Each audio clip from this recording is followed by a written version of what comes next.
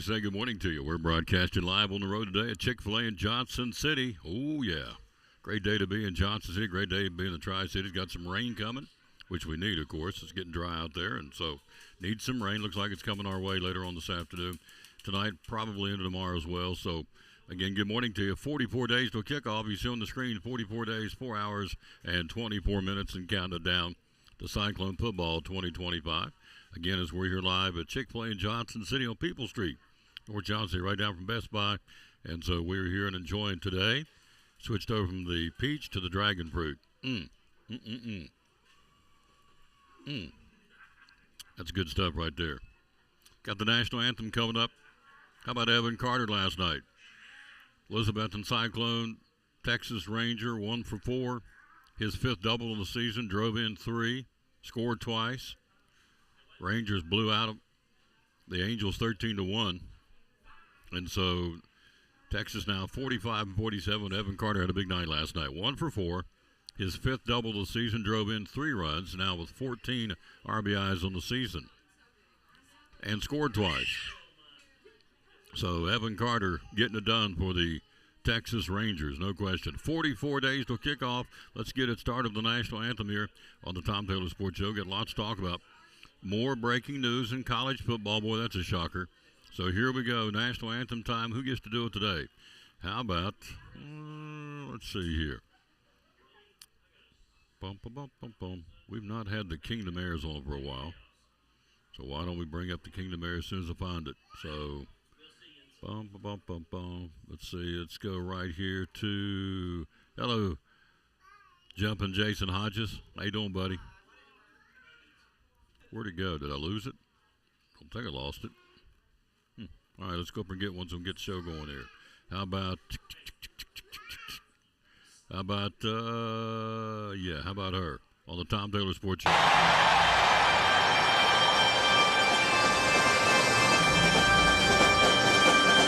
Oh, say, can you see by the dawn's early light what so proudly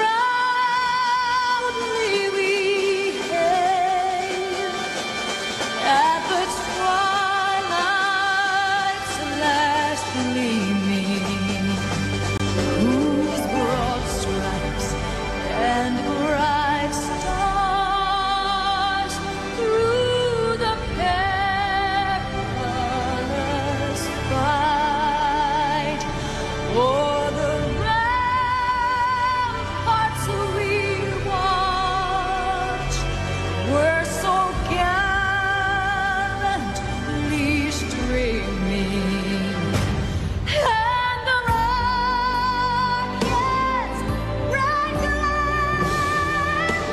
the bombs bursting in air, yea, through the night, that our flag was still there. Oh, say does that star-spangled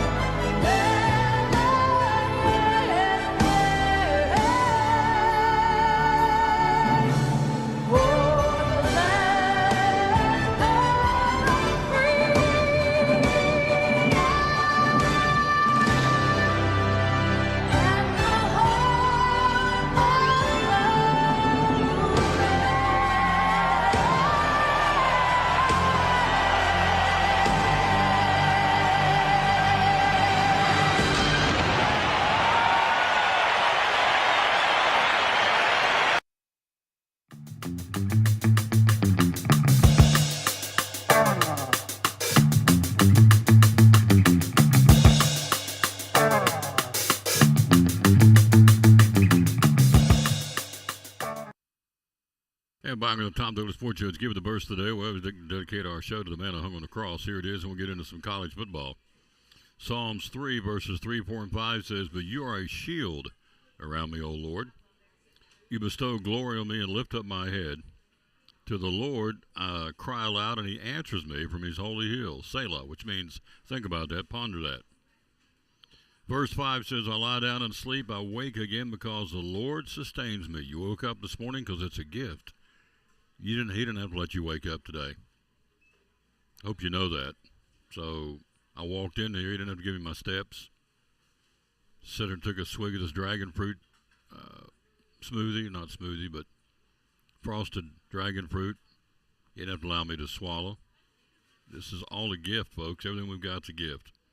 I lie down and sleep. I wake again because the Lord sustains me. So we wrap it up with saying, thank you, Lord Jesus, because you protect us, you hear us, and most importantly, you love us unconditionally, even when our actions and lives show we don't always deserve your love. Amen. There's no way he should have to do what he does for us because we don't deserve it, but he does. He loves us. That's the verses of the day. Psalms 3, verses 3, 4, and 5. All right, college football. Here we go. College football. Getting ready to tweak it in. Where's my Food City glasses? There they are. So the college football playoff remains in flux. The format we're speaking of. Coming up mid-August next month. Coming up the final version for this year coming up. So they're still thinking about tweaking it. 13-person committee will get together. Hello, Laura Gilreath. Hello, Susan Duggar. My buddy Susan Duggar. How you doing, lady? What a jewel. East Side. Lucky to have her. Meanwhile, the debate on whether to go from 12 to 16 and reward multiple automatic qualifiers to the Big Ten or the SEC still hangs over the sport, obviously. The format, whatever they decide on, they got to come up with something by December the 1st, but they may tweak it next month. Moving the SEC from 8 to 9 conference games, a sticking point for the league. It's been going back and forth. Coaches want one thing, ADs want another thing. Universal conference scheduling is a concern among many. The Big Ten and the Big 12 play 9 conference games, 8 games in the ACC and the SEC. They want everybody to be uniform, and I get that. Good luck trying to make it happen. The new metrics we'll take a look at for next month will be utilized for the upcoming season. The college football playoff also transitioning from straight seeding to a 12-team format for at least a year. So this year, spots reserved for the 5 highest-ranked conference champs, but they're no longer guaranteed a first-round bye. So if you're a conference champ in the SEC, the Big Ten, the Big 12, and the ACC, I get them all. Hello, Kathy Johnson. How you doing, lady? Spots reserved for the 5 highest-ranked conference champions, no longer guaranteed a first-round bye. That's this year. It's probably a one-year deal. So discussions on starting next year and beyond remain open. Big Ten wants a 4-4-2-2-1-3 format, providing 4 automatic qualifiers to the Big Ten and the SEC, 2 apiece for the ACC and the Big 12. So that's next year. So they're trying to figure out what they're going to do this year. They're going to meet next month, try and finalize it. They can still tweak it and change it for the upcoming college football season that starts August the 30th. In fact, some teams start the 29th. So it's crazy, I think. I mean, why would you wait this close to the start time to start tweaking how you're going to do it? So they are going to take a look at it, they being the committee, as they call themselves. 13-person selection committee now convening in Colorado Springs for the annual preseason meetings next month is when they're going to do this. And you go from 12 to 16 teams. And that's going to be out there too. But that's got to come by December the 1st, so it's a 2-tiered situation here. You look now at what you're going to try and tweak in mid-August for this year's format, and then you turn around and go, okay, you got to have something for the 2026 and beyond by December the 1st. We said the Big Ten wants that format of the 4-4-2-2, or is it 4-4-2-2-1-3 format. Now the SEC likes the 5+ format. They and the ACC like that. It's confusing to me, but the 5 automatic bids to conference champs and the rest of the top 11 teams, which puts more emphasis and more pressure, I guess, on the selection committee to come up with those other 11 teams if they go that format. Now, follow up to that story, the commissioner of the Big 12, Bet Yormark, says the 5-11 future college football playoff format is the way to go, and he feels like that's the way it's going to be. He feels like it's going to get passed when they sit down and vote on this. They've got to have it by December the 1st. So he says 5-11 is fair. You earn it on the field. Okay, so you got two formats. You got two time frames. Trying to knock all this out, and we'll see how it goes. Tom Taylor Sports Show on the road again. We are here today. We are at Chick-fil-A in Johnson City. Hello, Billy Chenault. That's a new name. Thanks for watching. Appreciate you very much. Take a look at some local sports. Riley Tulloch, outstanding basketball player, all-time leading scorer, as a matter of fact. Riley Tulloch leaving Crockett's, the third one to roll out of Crockett. She's now going to be a Greenville Green Devil. So Riley Tulloch leaving to go to Greenville. Leah Story and Laney Britton transferred to the rival Daniel Boone. So Tulloch, who is from Greene County, going back to play for Coach Annette Watts and the Lady Green Devils, which makes them instantly a lot better basketball team, to say the least. Set a 5-on-5 career scoring record with 1,700 and, let's see, wait a minute. She surpasses Lauren Chandley with 1,732 points. So Tulloch, again, with a record-breaking career and continues. She'll move it on to Greenville. She also started on Crockett's district championship softball team and started in volleyball, too. She's going to play all three sports at Greenville as well. So Riley Tulloch moving on to Greenville. Julianne Tipton, softball player from Dobbins Minute, was at Arizona State, transferring to play at Louisiana, the Raging Cajuns in Lafayette next spring. Julianne Tipton, 5-2 record pitching, struck out 33 batters. So she's moving from Arizona State to Louisiana. Tegan Begley from Dobbins Minute, verbally committed to play baseball at Army at West Point. And an interesting story, Trey Thompson says he's going to forego his senior season of high school basketball in Greenville.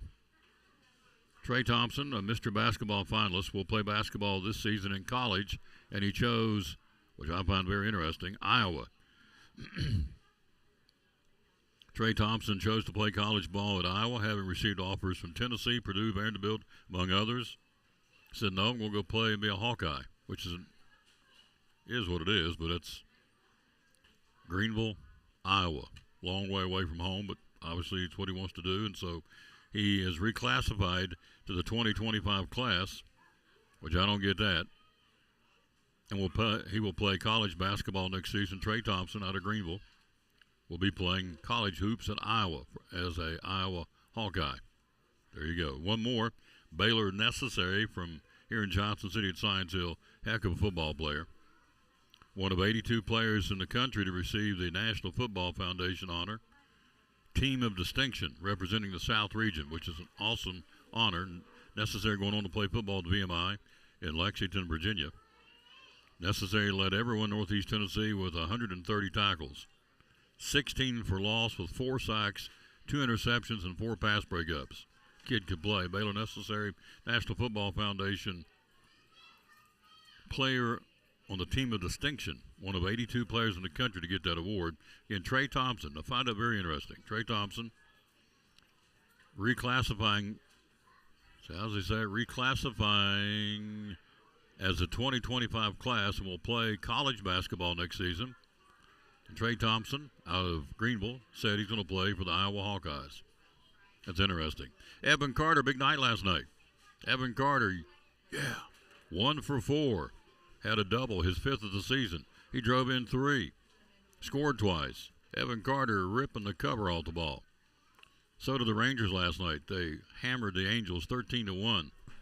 Angels had 9 walks. Now, you got to know if you're the pitching coach or the manager of your team, your guys are out there giving up 9 walks. I mean, that is a nightmare because they're going to come back to haunt you.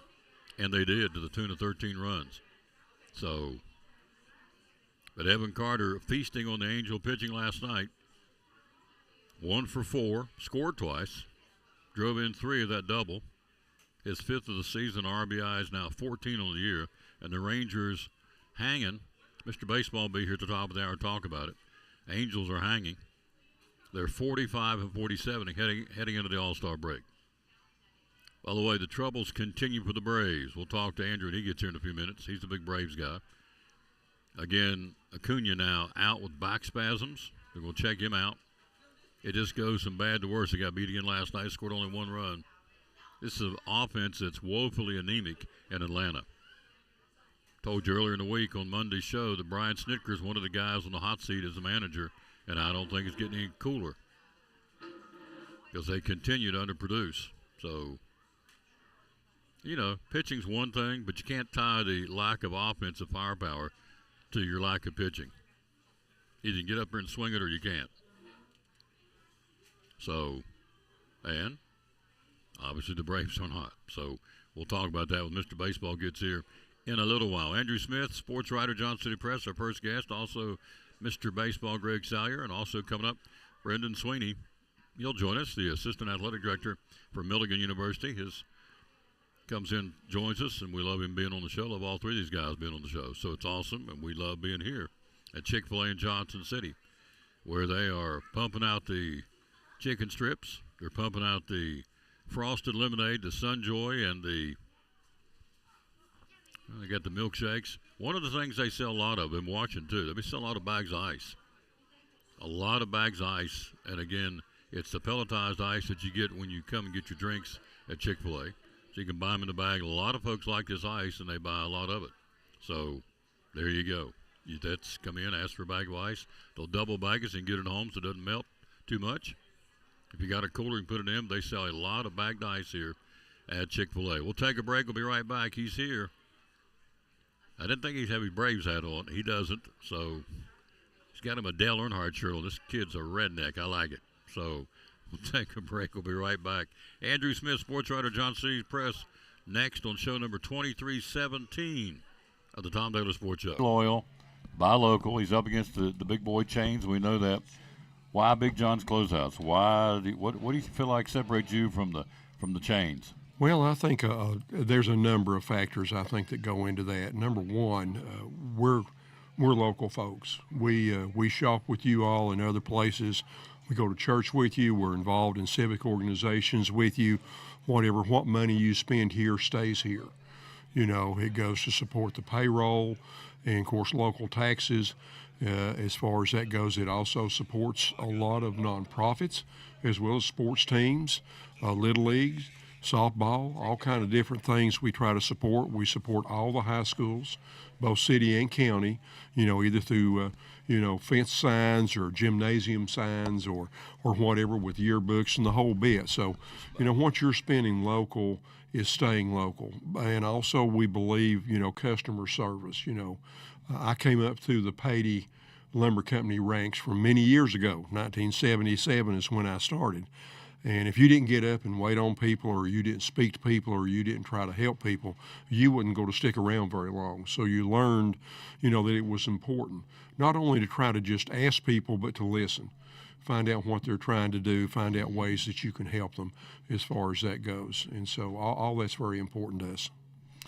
There you go, folks. Be loyal, buy local, support them. Big John's Closeouts here in downtown Elizabeth with hammer high prices.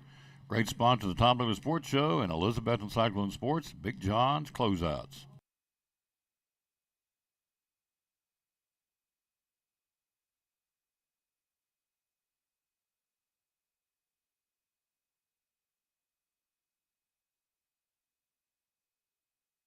Hi, I'm Heather, and a little thing I love about the Chick-fil-A chicken sandwich is getting the perfect bite. It's probably not the first bite, it's the second or the third, with the juicy chicken and the delicious pickle. The bite with the pickle is it. That is like the magic combination.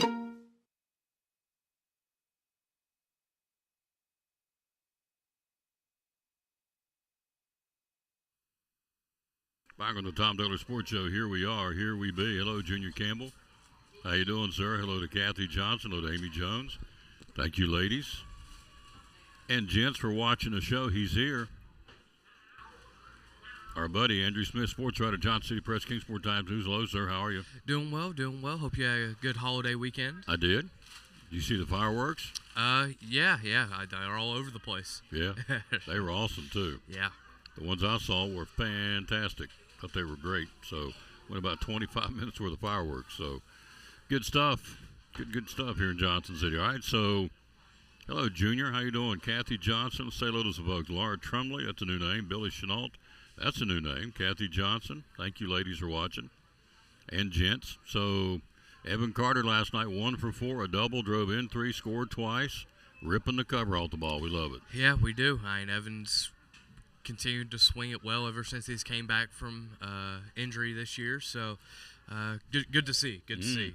Absolutely, it's good to see. They're 45 and 47. So let's jump here and talk a little baseball first. Then we got some local sports to talk about. So your Braves are terrible. They are not very good right now. No, they are. I'll go ahead and say they're terrible. They're 4th place in the division. Not very good. They are 39 and 51. They're 13 games out. They're 15 and 29 on the road. They've lost 5 in a row and 8 out of 10. So, and they're playing the Athletics, which is not exactly a powerhouse baseball team. They're dead last in the American League West at 38 and 55. So, I ask you this all the time. It's the same running question every week. What's wrong with the Braves? What's wrong down there? They're better than this. For how long this has gone on, I don't know if they are. That is a very good point, sir. Like, if it was a couple weeks, yeah, I could see that. But just even going back to the struggles of last year, it feels like it's the same thing. The back half of the lineup is just not in a good place at all. You look, there's only 2 fairly consistent pieces in that lineup right now. One of them got scratched last night with back tightness, and Ronald Acuna. Yep. Matt Olson, an all-star. He's had a very steady, solid year. No complaints with Matt Olson. Then you go down, the catchers, they've been solid. Both Sean Murphy and Drake Baldwin. They've been pretty good, both of them, both behind the plate and hitting. Now you start to run into issues. Austin Riley, not terrible, but you're paying him a lot of money for not that much production given what you're paying him. Very inconsistent. Extremely inconsistent this Yes. year. Marcell Ozuna has just been flat out bad Yep. for the past month plus. Early in the year, he apparently has been dealing with a hip injury and obviously not the contract year that he was hoping for. Ozzy Albies is just popping everything up. It's bad. Michael Harris is struggling. He's sat last night. He's just struggling. He can't see the baseball right now. I don't know what. I can't think of anything else that's causing that. Profar's been okay since he's came back, I guess. Nick Allen, you're not asking him to be an offensive guy, but he's great defensively. He can't hit. There's just a lot of things wrong offensively, and then you look at the rotation. Everyone's injured, basically. You've got Schwellenbach on the IL. You've got Chris Sale on the IL. AJ Smith-Shawver, Raul Lopez. A lot of injuries. So the guys that have come up have not done very well either. Spencer Strider's back to form. Grant Holmes has been really good. And then you look past that, and it's yikes. You got Eldridge on the mound tonight. He's going tonight. Hello, Brandy Adams. How you doing, lady? Thanks for watching the show. We're live here at Chick-fil-A in Johnson City on People Street. Talking to our buddy Andrew Smith, sports writer, as you see on the screen. Johnson City Press, Kingsport Times News. So, had on the show Monday 4 managers on the hot seat right now. Aaron Boone, Joey Cora, Alex Cora, Mark Kotze from the A's, and Brian Snitker. Is that legitimate or not? Is he in trouble? Most other organizations, yes. I would say that Brian Snitker would absolutely be on the hot seat, and he still might be a little bit. But I just don't think the Braves will operate in a way that they will fire him at this point in the year. You feel like this year's it's a lost cause, realistically speaking. And it's the last year of his contract. You don't really get much out of firing him with a couple months left in the year. He's won a World Series for you. He's been in the organization as either a player or a coach for the past almost 50 years. Right. So I don't think they'll fire him. I think that they'll let his contract expire, let him retire, if that's the terminology they want to use for it. But he won't be back next year for whatever official reason they want to give. But I don't think he'll get fired midway through the year. All-Star break this weekend, so you're saying for all intents and purposes, put a fork in the season, it's done? yeah, I just don't see how this team can come back from where they're at standings wise, injury wise. It's you back up and punt and hope 26 goes better. There you go. Well, there you heard it. All right, Briley Tulloch leaving Crockett, local scene, heading off to Greenville. Leah Story and Laney Britton have both already left Crockett. They went to transferred to their rival school, Daniel Boone. So Tulloch, who's from Greene County, going back to Greenville to play for Annette Watts and the Lady Green Devils, which instantly makes them a very good team. Story and Britton going to Boone instantly makes them a really good team, along with Dre, who's already out there. So we're seeing the movement of ball players in high schools now. Not really a transfer portal per se, but it is. They're moving around more than normal. So not that I've seen, at least. But obviously, losing players kind of makes sense. Obviously, Thomas stepping down there, had loads of success with that Crockett program. So, but yeah, I guess it's not that big of a shock to see players leaving. If we're going to kind of see this kind of be like the college level a little bit, a coach leaves, players can just tend to disperse. Tend not to see it as much at the high school level, but we're seeing it a little bit here. But yeah, obviously it's going to be a bit of a reset year for Crockett. Meanwhile, Boone is, you would expect them to be really good. You mentioned picking up a couple former Lady Pioneers plus Andrea Flores. They should be a really solid team this year. should be a powerhouse. What they should be. Now, I don't know. We'll see. We'll see what happens when the ball tips off. That's it. On paper, going in, looks like it could be a very, very strong basketball team to give a lot of teams fits.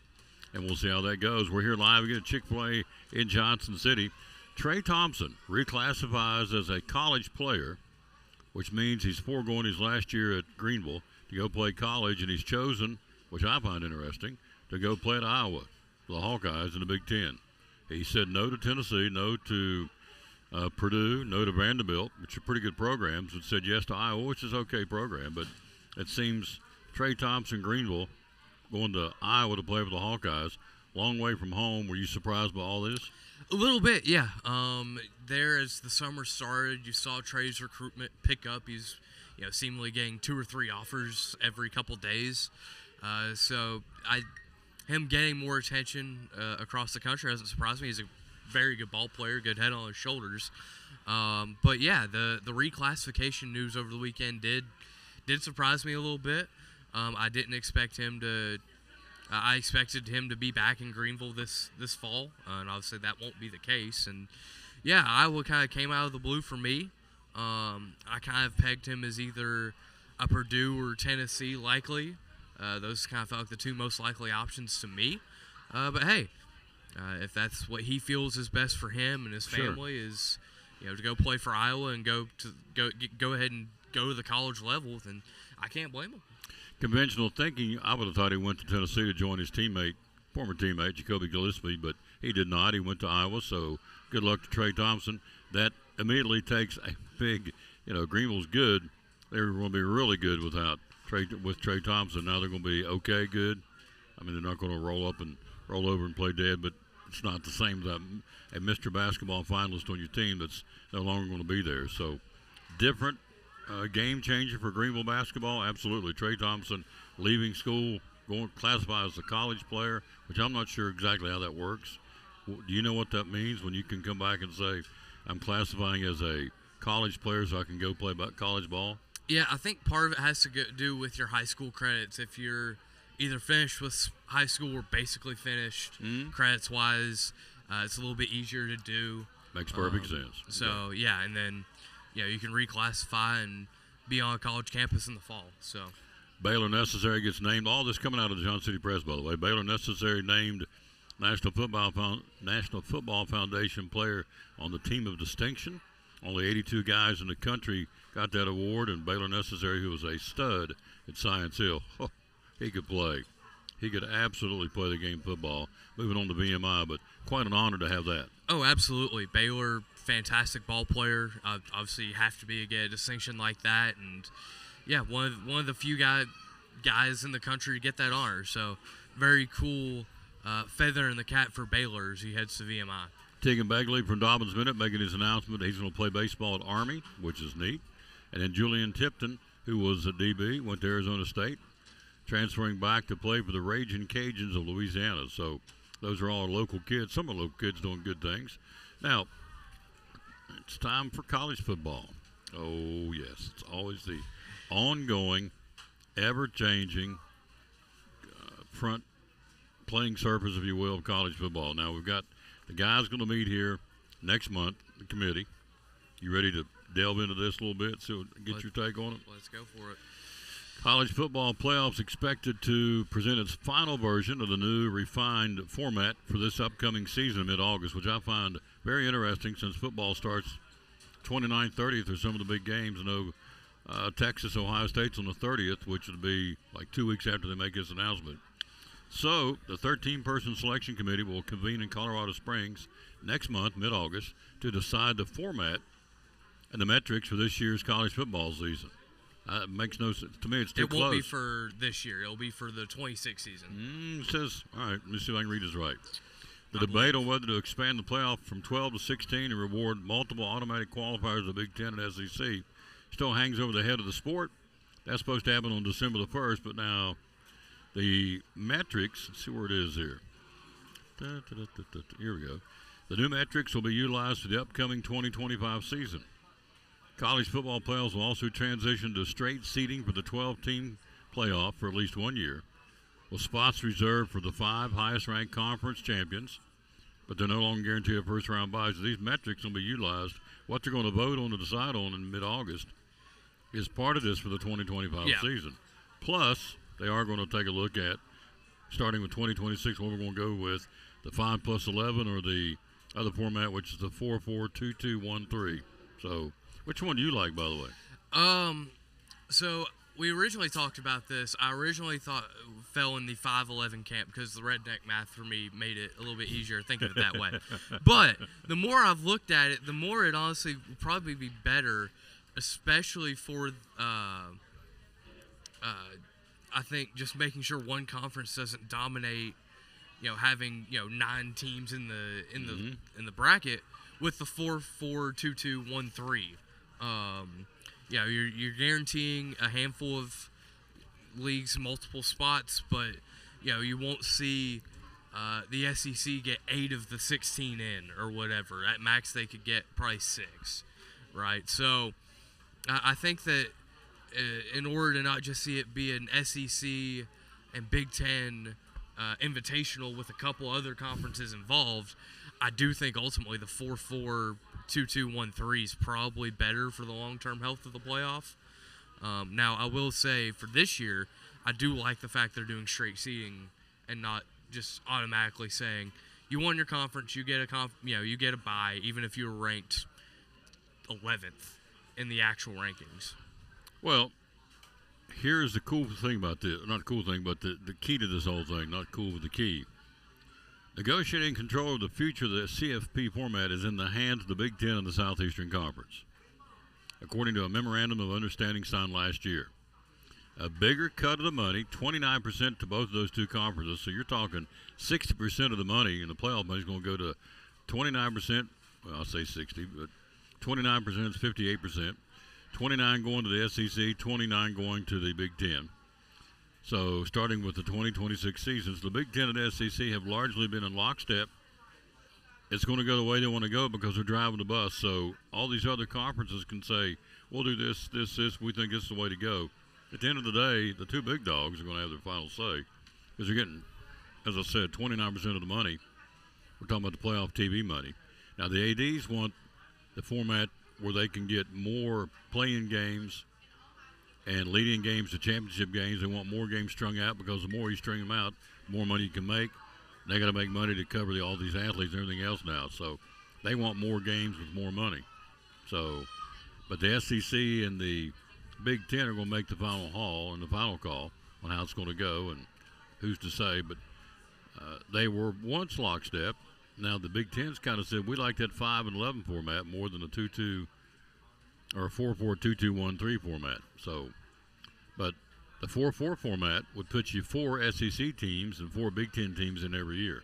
Yeah, and to me that also the 4-4 format also continues to incentivize the regular season because you really have to still be a very good team in your conference in the SEC, in the Big Ten. Like, you can't, just go, 5-3 in the league if you're the SEC and you're still doing 8 games, and just be like, should be good enough, right?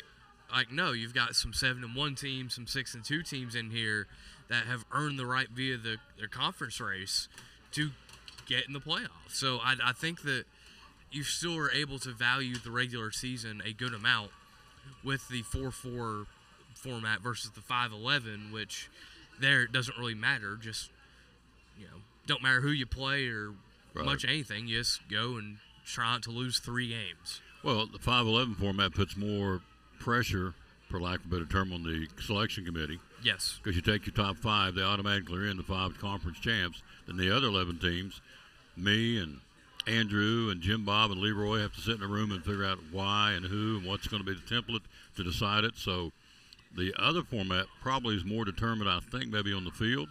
I would think so. The 5-11 format's more going to be inside the boardroom. You get the 5 conference champs. Automatically, we get that. And the other 11 teams will be decided by folks inside a room somewhere, which presents all kinds of problems. You know that because we see it every year in March Madness. Guys get snubbed or teams get snubbed.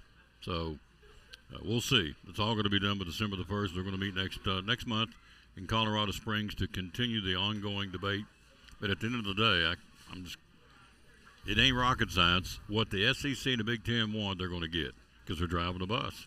And that memorandum of understanding says we are going to make the decisions ultimately of the future college football playoffs.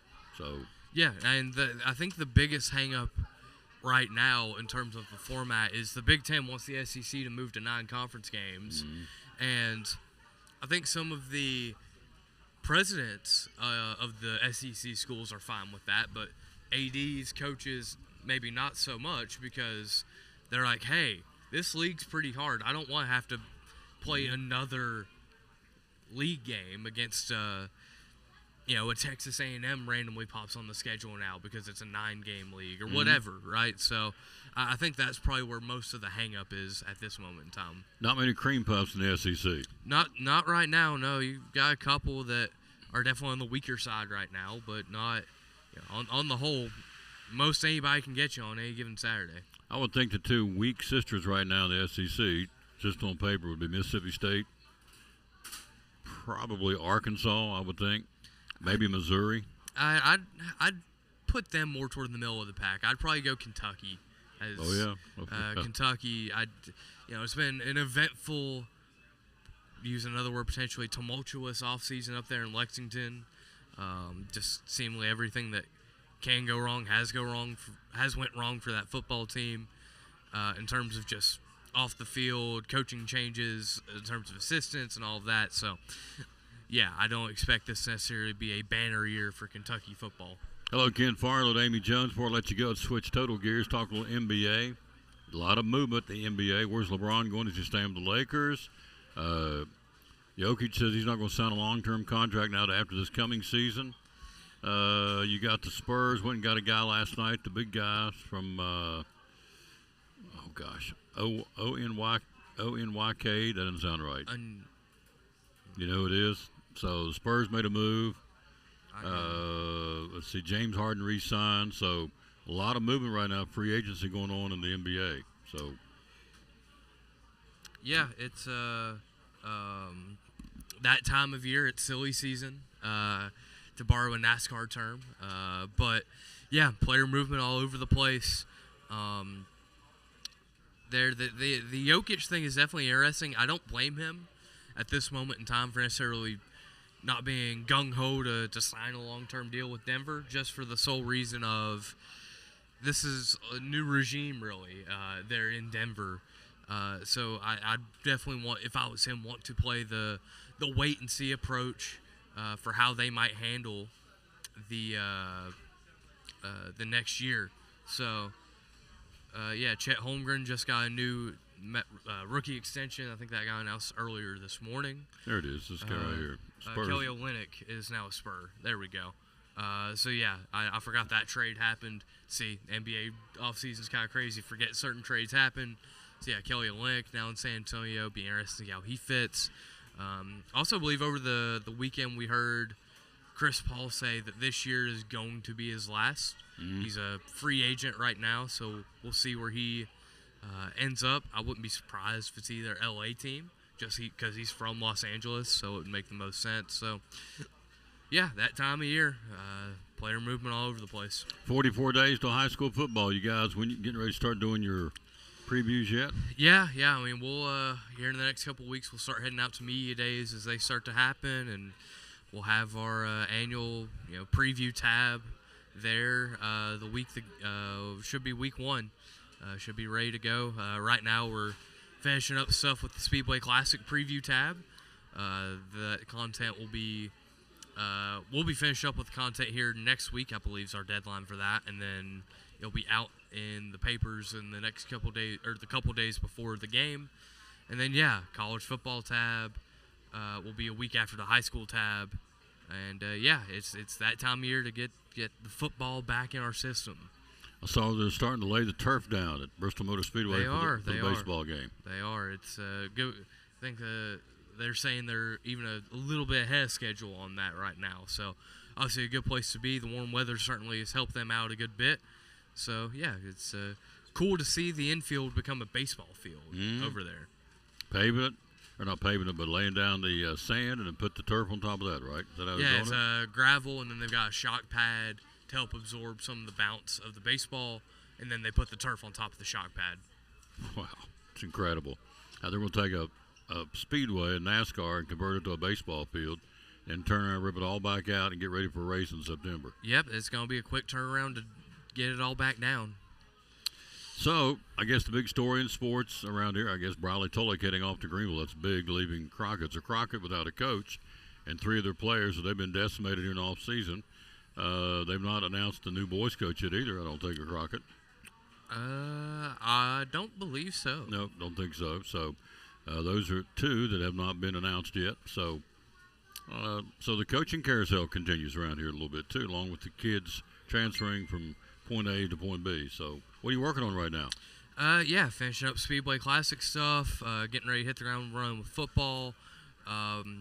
Otherwise, just continuing to follow the Appy League as they're, a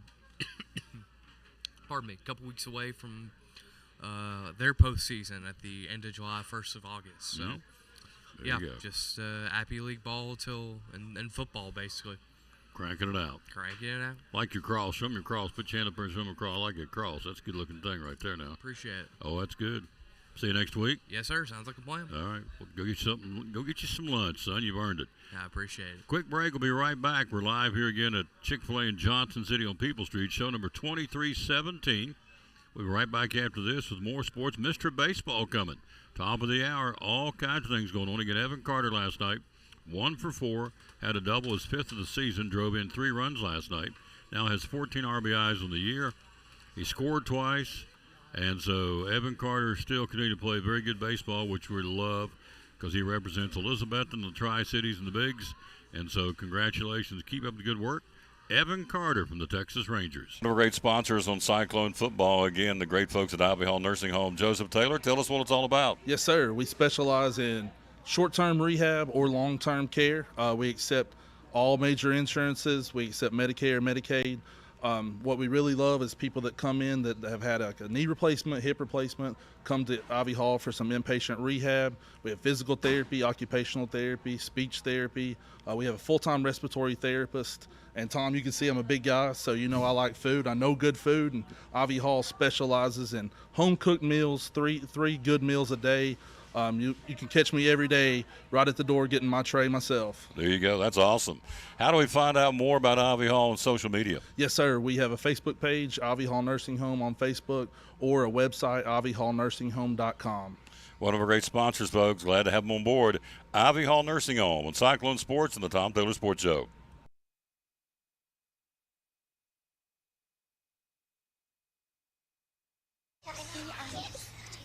All right. We ready for story time? Yes, Warren? Mrs. Turner, for your last day, We would like to tell the story. Okay. Once upon a time, in this town, a little girl named Meredith Turner was born. And she grew up right here.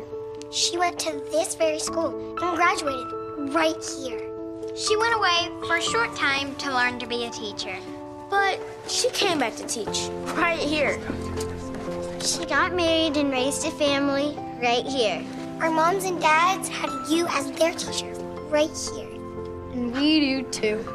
So right here, we'd all like to say, We love you, Mrs. Turner!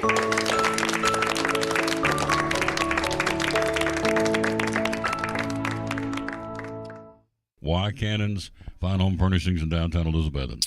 When everything goes corporate and everybody, you walk in and you're customer number 1,799, here you're Tom, and we know who Tom is, we know who you are, and we do it the old-fashioned way, so we're big enough now that we can take care of everybody and we can, get the good deals, we get the volume discounts and all that kind of stuff, and we're one of the last family-owned furniture stores in East Tennessee.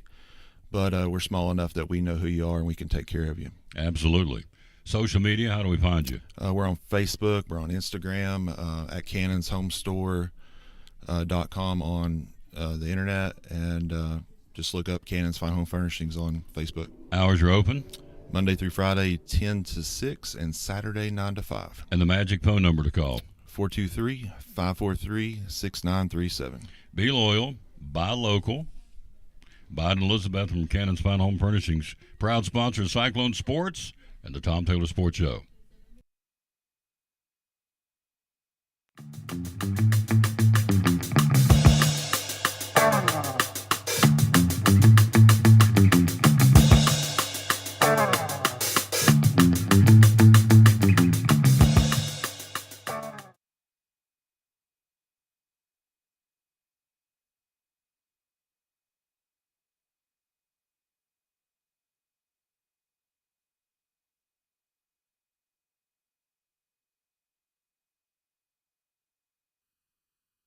And back at the Tom Taylor Sports Show. Thanks for being with us. There's a countdown, 44 days, 3 hours and 37 minutes to Cyclone football. Hello to Judy Townsend. Hello to Carl Wilson. Uncle Tom, how you doing, sir? Hello to Michael Stansberry, Amy Jones. Thank you all for watching the show. Countdown's clicking at 44 days, 3 hours and 37 minutes. You see the scoreboard countdown, the football, I guess they call it the ticker.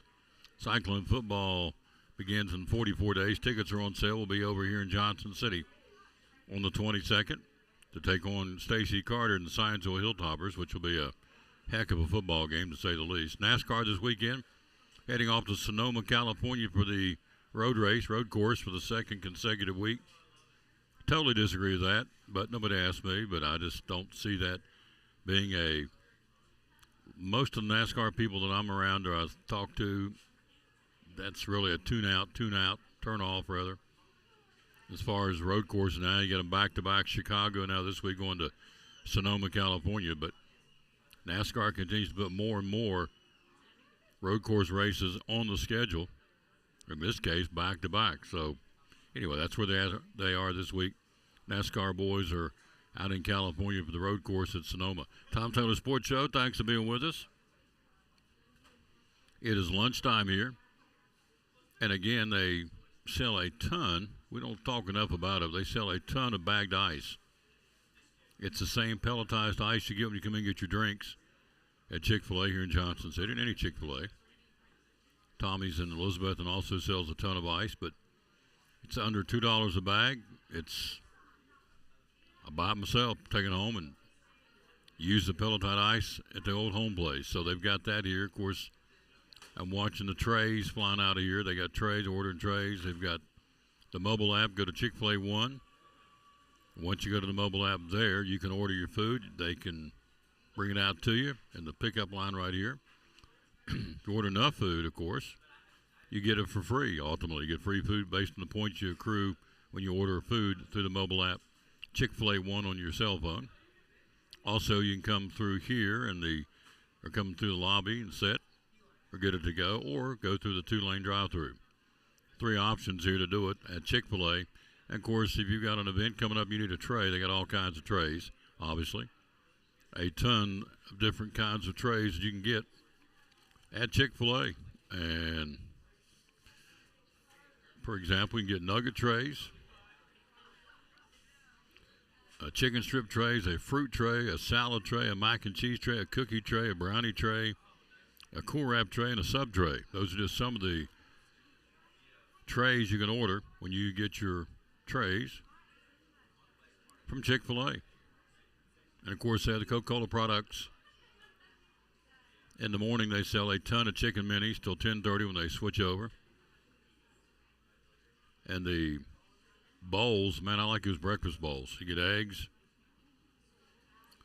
chicken nuggets, some little hash browns covered in cheese.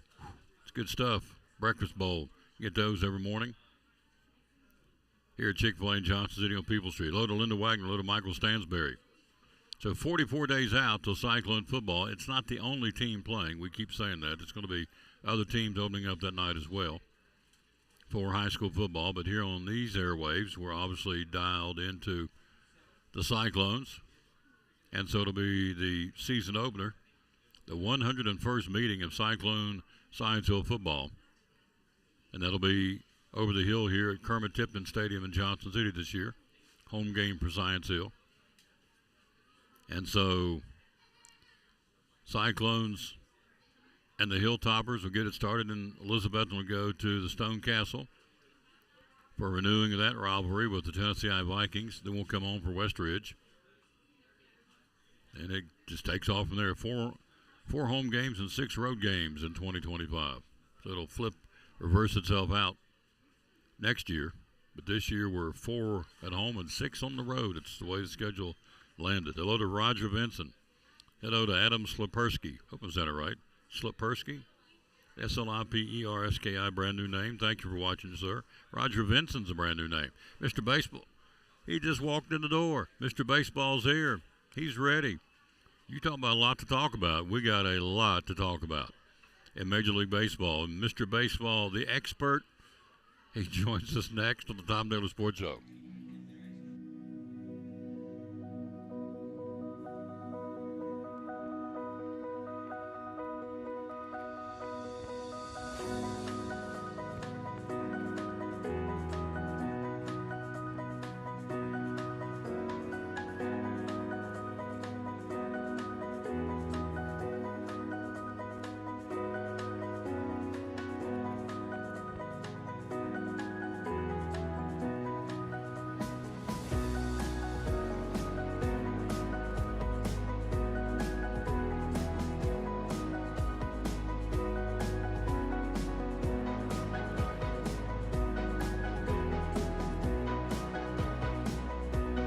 Our success is your success.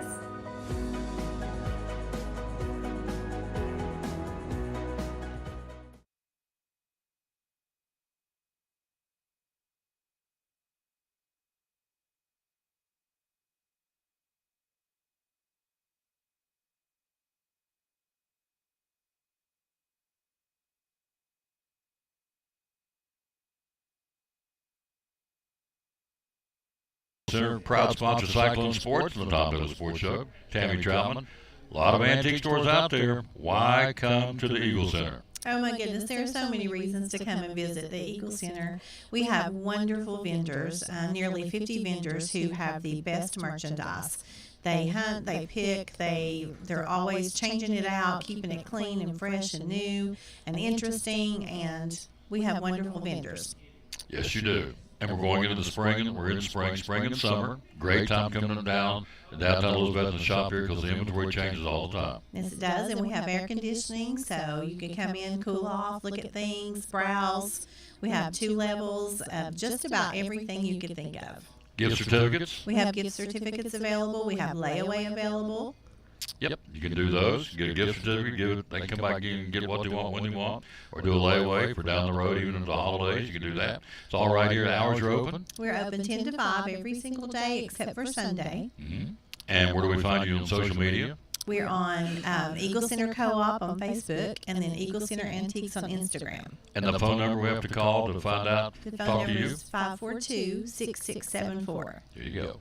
One of our great sponsors here on the Tom Lewis Sports Show and on Cyclone Sports, the Eagle Center in downtown Elizabethton.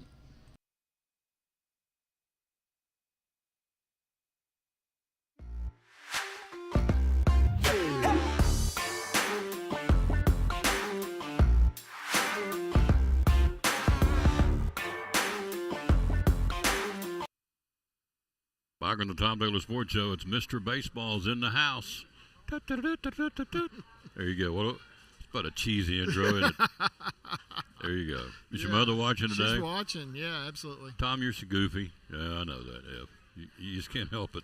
So you can take the, what's that old saying? Take the boy out of the goofy, but can't take the goofy out of the boy. It's just there. It's just built in. So we are here live again. Adam Slepersky, new name. Thank you. Carl Slate, that's a new name. Francis Biondo, that's a new name. Thank you all for watching the show. We do this every day from 11 to 1 on YouTube and on Facebook. So, hello, sir. How you doing? How about them Cyclops? There you go. You ready? Are you? Huh? Are you? It's football time in Tennessee. 44 days. It's really hard to believe. That is hard to believe. You know how many days till Christmas Eve? I know it's fewer days to this next one than it is to the last one. I do know that because I was. Well, that's here. great logic. I was here. I was here on the day that you said we had crossed that threshold. We're more than halfway past. Yeah, that's been a couple weeks ago, I think, and you told me we had crossed that threshold. 169 days till Christmas Eve. Wow. Love it. Okay. So, there you go. All right, we've got lots to talk about. Here we go. Mr. Baseball's here for a reason. Rick Brown, Richard Johnson, thank you all for watching. Gosh, where do we start? Let's start last night. Jacob Mizorowski went up against Clayton Kershaw and gives up a leadoff home run to Hutani. Yeah, which is, Which is nothing wrong with that. Nothing wrong with that. No, it's Shohei Ohtani, yeah. But after that, he strikes out 12 of the next 16 batters. Yeah. 6 innings, 3-1 win the Brewers over Clayton Kershaw. And the Dodgers and Kershaw said, man, this guy's the real deal. He put on a show. Yeah. So he was very impressed, this guy. As well you should be, right? Yeah, absolutely. Yep. He is this year's Paul Skeens. He topped his fastball out at 101.6 miles per hour. That's throwing. So I'm not even sure. I think at that point I would just, my ear would start hurting or I got my toenails aching. Coach, can I just back away? I don't want to say 100-mile fastball. I mean, 101.6. How far is the pitcher's mound to home plate? 60 feet, 6 inches. 60 feet, 6 inches. Guy's bringing a baseball at 101 miles an hour. Absolutely bringing it. So, yeah. Hello, Rob Cole. How you doing, buddy? That's my buddy. Michael Wagner, Terry Baxley, Sarah Labatt. These are a lot of new names. Thank you. So, Mizorowski with the Brewers struck out 12 of the 16 hitters after that. 6 innings of strong baseball. This guy's the deal, isn't he? He is. He absolutely is. And we heard about him coming. We knew he was coming, and he's here now. And boy, is he putting on a show. Lived up to the billing too. Yeah, absolutely. This guy's the deal. Then you look last night. Patrick Bailey hits one in the corner at Oracle Park, and it bounces around and back there. It's bouncing all over the place. Yeah. This guy's the catcher, gets an inside the park home run. A walk-off inside the park home run. They win it. So a walk-off inside the park home run. Last time that happened was Tim Teufel. The Twins did it back in '84. So, and they go even further back. Somebody with a pocket protector and thick glasses are back in the dark room. Digging up these stats, which I appreciate. Yeah. You have to go back to 1926 to find the last time it was accomplished by a catcher. A walk-off inside the park home run to end the ball game was 1926. Benny Tate of the Washington Nationals did it then against the Yankees. So Patrick Bailey, and when he crossed home plate, they just mobbed him. Yeah. Which that's what it's all about. Yeah. I mean, it's okay to express, something that's a really cool accomplishment. Oh, yeah. And so he gets mobbed, and they jumped all over him. Yeah, and all that, he got the Gatorade treatment and all that. That's awesome. And did you hear what he said? He just thanked God for the opportunity to be there and do it. Yep. That was so awesome. Yep. That's The what way I he said thought too. The approach he took, he gets it. So Yeah. that was Patrick Bailey. Then you go to Mr. Raleigh, another catcher who's just smoking it. He breaks the 26-year record by Ken Griffey Jr. So most home runs by a catcher before the All-Star break was 35. So now he hit number 36 last night. So breaking Griffey's 1998 record. Griffey's not a catcher. It was the Seattle record, wasn't it? Seattle record, yes. Most home runs. He had already broke the catcher record, yeah. Yeah, so he broke the Seattle record. Absolutely. Yeah, so in that game, Aaron Judge had a home run while he was catching. And so that moved him up to just one home run behind Cal Raleigh for the American League lead. So I guess he figured maybe I better hit one too. So he did. He did. You've seen him swing. He's got a sweet swing. He does. Oh, he does. And I'm not knocking catchers. You were once a catcher, obviously, but not always the sweetest swing. This guy just got that. Yeah, he's got that swing. He's got a great swing. Yes, he does. So, Kyle Raleigh, who will be in the Home Run Derby coming up on Monday in Atlanta, representing the American, or just representing him, and so that's a big accomplishment. This guy's on pace to break a lot of records if he can keep going. Oh yeah. So he is. Can he break Judge's record, single season home run record? Do you think? He's on pace to do it. I know. So if he keeps hitting like he has been, I think the key for him stay healthy. Mm-hmm. Just stay healthy and keep swinging. Yeah. I think he can do it. Swinging for the fences. We're live here at Chick-fil-A in Johnson City. Coming up, bottom of the hour, Brendan Sweeney, assistant athletic director from Milligan, is going to join us. So the Toronto Blue Jays, 10th win in a row, game shy of the longest winning streak in franchise history, last done in 2015. Blue Jays win number 54, also the most before the All-Star break in franchise history. What is making them so special in Toronto? What's the key? Wow. So I think they're motivated, to be honest. I think they just absolutely got motivated. And plus, George Springer has turned it on a notch. He's really turned it up. And he's playing much better than he had been playing earlier in the season. Vlad Guerrero Jr. is Vlad Guerrero Jr. He's having a solid season, as he always seems to every year. And and their pitching is coming around too. So they're winning games big though. I mean, they're putting up some numbers against teams, and then holding them not scoreless but close. I mean, so they got everything working for them right now. So this is going to be a really stupid question I'm about to ask you. Ev's going, oh, here he goes again. Your mother's going, what's he going to say this time? Toronto's no fluke, are they? They're not. No, they're there. They're not. They're the deal. So the Blue Jays are a team to be reckoned with. Hello to Richard Grimes. Hello to Ralph Myers, William Bradley, Al Martinez, Thomas Jones, Billy Martin. Let's see, who else? Anybody else? Cheryl Williams, thank you. Fraser Miller, Terry Baxley, Steve Slota, Robert Cole, Sarah Labatt, Michael Wagner. Thank you guys and ladies for watching. We do this every day, 11 to 1. This is show number 2317 today. Excuse me, hang on. And so, just want to let you know we appreciate you being out there watching the show. Absolutely. Ronald Acuna Jr., back spasm, sore back, pulled him, not going to be ready to go tonight or today. So they set him out last night. He was scratched from the lineup. They're a bad baseball team right now. It's not helpful, of course, with him having a bad back, being in the Home Run Derby, and also the All-Star game now up in the air. I don't know if they're going to they're going to hold him out tonight for sure. Yeah. Tweak his back while lifting weights. So yeah, that's easy to do, and for anybody, I guess. But I would think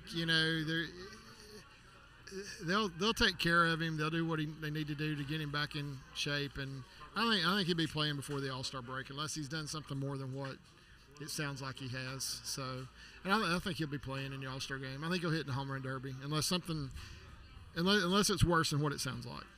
Well, I just have to back up what you said. The weights I use. It's not hard. It's harder to tweak your back with the weights. No, it's not. It's hard to when you lifting 4 pounds. I'm curling 4, so I'm having a very steady workout. 4 pounds. 4 pounds. So my wife even uses 5-pound dumbbells. So you said, well, it's easy to do when you're lifting weights. Not with what I'm lifting. 4 pounds at a time. I will bet with what Ronald Acuna Jr. is lifting, it is. You're probably right. Good point. Very good point. All right, home run derby. Byron Buxton from Minnesota says he's going to be in the derby. Yeah. So the Polar Bear said he's not going to be. So it's Buxton, James Wood, Kyle Raleigh, Ronald Acuna Jr. There's more. I can't remember who else. Junior Cabanero came out and said he's going to be in it. Okay. Yeah, 22-year-old rookie is going to be in it. I said Kyle Raleigh. I did say Raleigh. Okay, so Acuna may be up in the air. Yeah. But Buxton, James Wood, who's bringing his own bats. And so he James Wood is maybe a force to be reckoned with, especially if the Polar Bear's not going to be in it. Buxton, it is intriguing to me because you don't really think of him as a home run hitter, even though he's hit 20 home runs already this year. You know, I think of him more as a speedy outfielder type player, but he does have power, and I think this is the thing for him. And I heard this yesterday. He's playing close to home because he's from Georgia, and his son greatly encouraged him to do it because his son likes to play MLB The Show and play home run derby on it as his dad. And he said, how cool would it be if Dad actually did get in the home run derby and do it? So his son encouraged him to do it. Oh, really? He's going to do it. And he's going to do it. Well, that's cool because his little boy wanted him to. Yeah. James Wood, 6'7", biggin, bringing his own bat. So, like I said, he's a force to be reckoned with. I would think so. Who was the guy that played with the Reds, a great big tall left-hand battering guy? Adam Dunn. Adam Dunn. There you go. So there was another guy at one point. Who's the other great big tall guy, batted right-handed back in the day?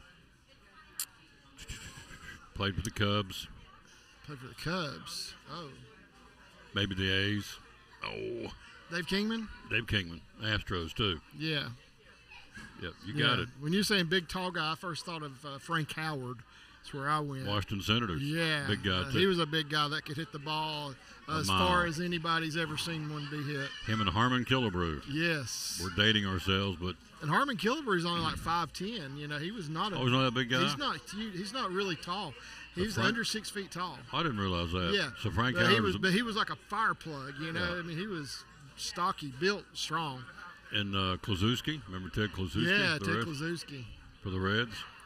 He used to have to cut his sleeves out of his uniforms because his arms were so big he couldn't wear the sleeves in his uniform. He didn't have guns. That boy had cannons.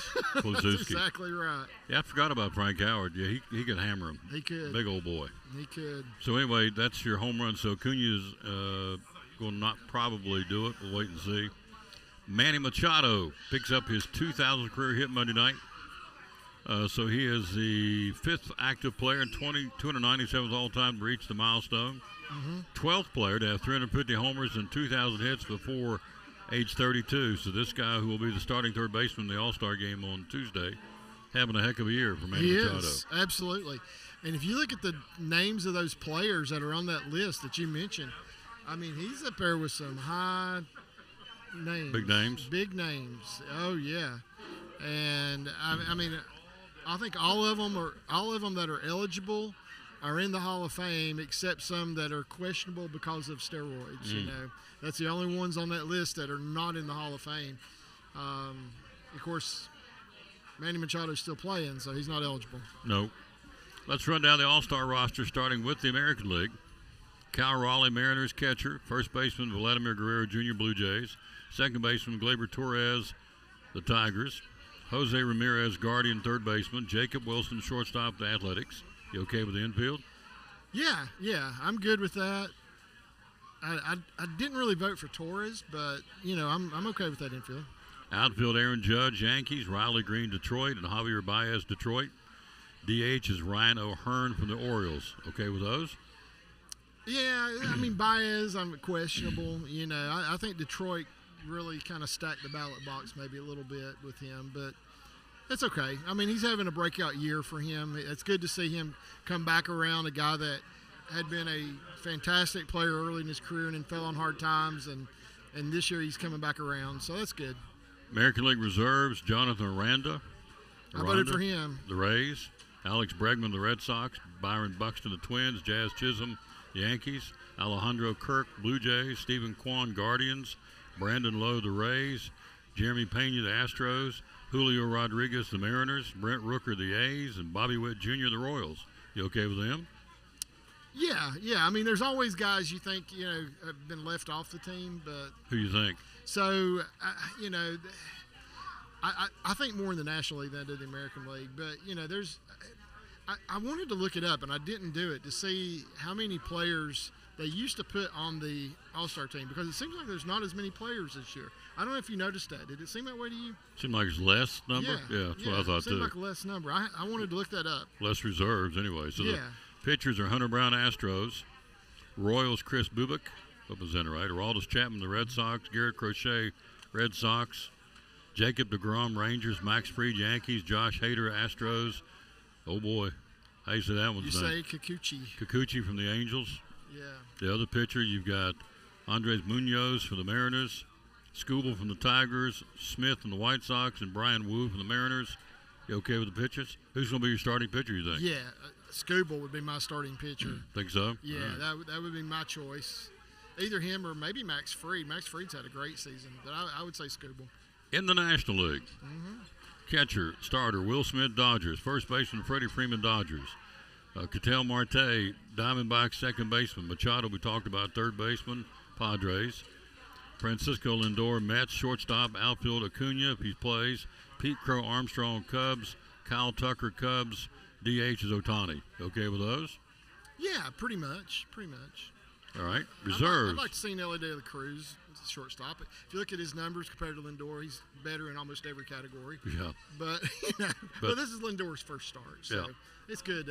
I'm glad he's starting. He's made a few teams, but I'm glad to see him start. Alonso at first base as a reserve, or I should say reserve. Alonso the Mets. Corbin Carroll, Diamondbacks. DeCruz from the Reds. De La Cruz from the Reds. Donovan from the Cardinals. Goodman from the Rockies. Olson from the Braves. Kyle Schwarber, who put one in McCovey Cove last night for the Phillies in San Francisco. Kyle Stowers from the Marlins. Suarez for the Diamondbacks. Fernando Tatis from the Padres, and James Wood of the Nationals. Okay with those? Yeah, I think so. Soto should be there, maybe. Maybe, yeah.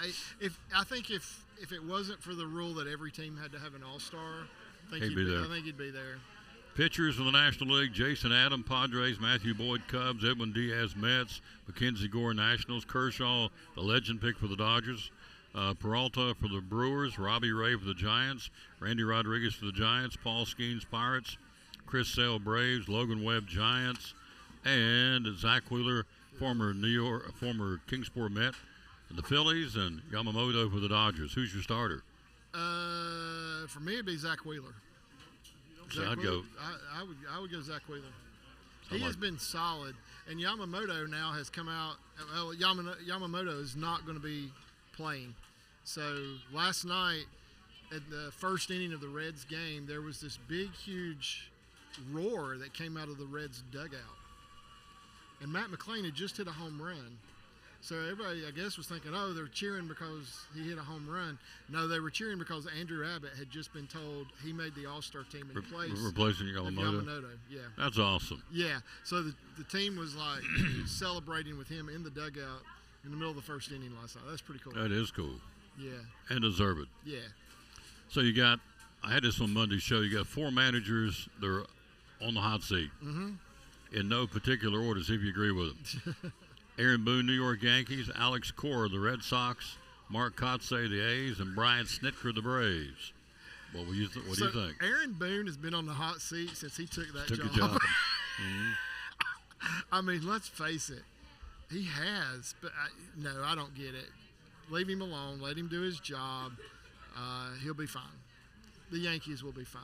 Cora, if they don't make the playoffs, be 4 straight years the Red Sox haven't been to the playoffs. Yeah, it could happen. That ain't going to sit well. No, it's not. In If Beantown. they don't make the playoffs. Now, I watched some games they played last week. They're a good, solid team. They ought to make the playoffs. But, yeah, they may not. And if they don't, I'd say his job may be in jeopardy. Well, you had this story, which is just nuts. I'm going to read this line. The Red Sox organization is one shot through with dysfunction right now, of which the Rafael Devers trade serves as a reminder how dysfunctional it is. I think they made a great move to get rid of I him. think they did too. Dumping. I think they did too. He has proven to be a horse's behind in San Francisco too, has he not? Yes. So, Thank you. so I don't know if you heard this or not. So he goes to San Francisco, and the first thing he says is, "I'll play whatever position you want me to play." After he said he wasn't going to play first base in Boston. Oh yeah. So he goes there and he says, "Oh, I'll play whatever you want me to play." So makes him look like the bad guy. Makes Boston look like the bad guy. Oh yeah, yeah. And he's the jerk. But go ahead. I'm sorry. So anyway, so the Giants, they started him playing DH. He's playing DH. Yep. And they want him to go to first base. Couldn't hit his weight. So here's what they did. They brought in Will Clark to work with him on his defense at first base. Yeah. He didn't show up. There you go. He did not show up. Will Clark comes in to work with him defensively at first base. Will Clark. Will Clark. Yeah. One of the best defensive first basemen ever, perhaps. That's like. And he doesn't show up. That's like the late John Ward, coming and saying, "Hey, I want to give you a few pointers about how to do a show," and I don't show up. It's like, really? Yeah. What an idiot I am. Is that a pretty good comparison? Yeah. Yeah. Yeah. So Rafael Devers is going to get, and the Giants are picking up the tab to pay this guy, I'm sure, even if he gets paid. And may just want to do it because he's a Giant, loves baseball, but wanted to help Will Clark get better at first base, have a little clinic. Yeah. And Devers doesn't show up. Yeah. Loser. He didn't show up. I'll say it. You won't say it. Your favorite Loser. player, Tom. Oh, your good. favorite player. I would love to have him. He'd probably end up hitting me. I'd love to have him sit right here. I'd talk to him and say, "Tell me. Tell me just why you ain't worth a plug nickel. Just tell me." So, I mean, you're right. Think about this. He leaves Boston, refused to do anything to help the team out. We went through this over and over. So, so then he goes to San Francisco, and the first thing he says, "I'll do anything you want me to do," which is a direct slap of the Red Sox organization, who paid this guy big bucks. Remember, they flew the team president out to Kansas City and sat down with him and said, "Would you be interested?" Nope, not interested. Yep. We got the guy that signs the checks driving out and said, "Greg, we would like to see if you wouldn't carry one from Carey." Nope. Okay. And we trade Greg, and the first thing Greg says, "I'll play where you want me to play." Yeah. I'm a team guy. So he slammed his former team. Team. Then he has a chance to try and get. So obviously there's a deficiency at first base with his defensive talents. Do the Giants recognize that? So we're going to get somebody to help you, like a pretty good first baseman defenseman in his career. Yeah. And the guy doesn't show up for the lesson. What a moron. Oh, well. So Mark Kotsay of the A's, he in trouble? Possibly. Yeah. Yeah.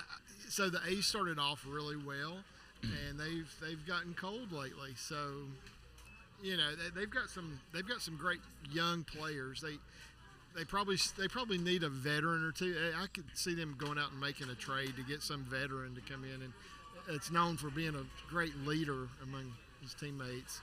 And that's really what the A's need to do to turn it around. But yeah, Mark Kotsay, I could see that happening. Snitker? Okay, so we've heard this all year. Yeah. All year. And let's face it, the Braves have underperformed. They really have. To say the least. Yes. Yeah. They are not where anybody thought they would be. But what we keep hearing is Snitker's going to retire at the end of the season anyway and move into some job higher up in the. It's the last year of his contract. Yes. So what they're saying is he's probably going to retire, and they're going to move him up to like some type of advisory position within the organization. They're just going to let him ride it out. I would. Yeah. That's what I would do. I would let him finish the year. I wouldn't fire him. I mean, he's done a good job over the years. Let him go out, with some dignity. Don't fire him. Yeah. And then move him up to an advisory job.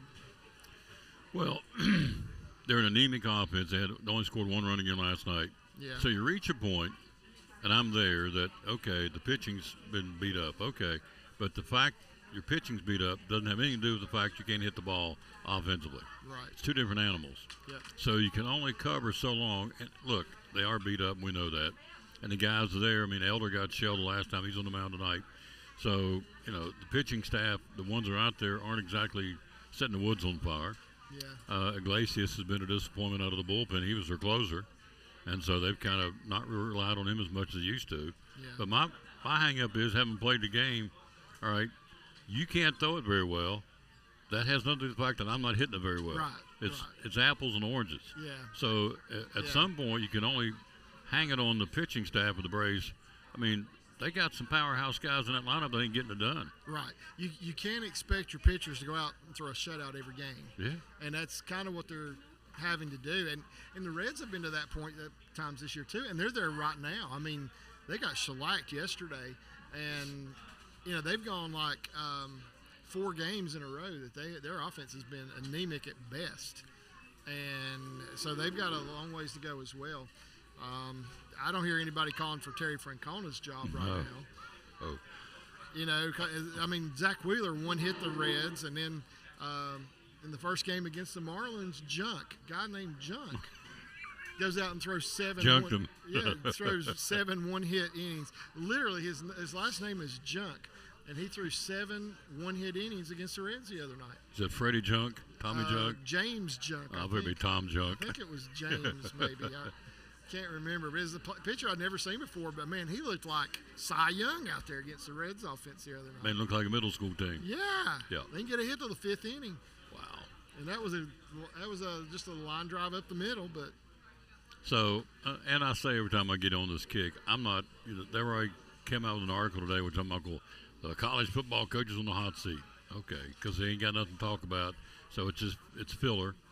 But, these managers, Cora, Boone, I mean, it's easy to sit in East Tennessee and hammer these guys. We don't know what's really going on. Right. You got divas in that clubhouse.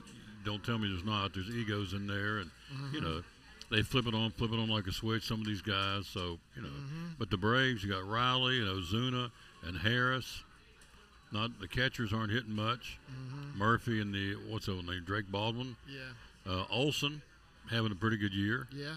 Acuna now is, we don't know whether he's going to be able to come back. He's got a stiff back. So you can only blame, again, the poor performance at the plate against the pitchers for so long.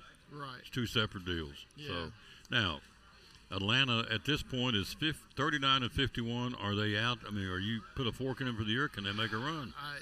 So you don't put a fork in them yet, but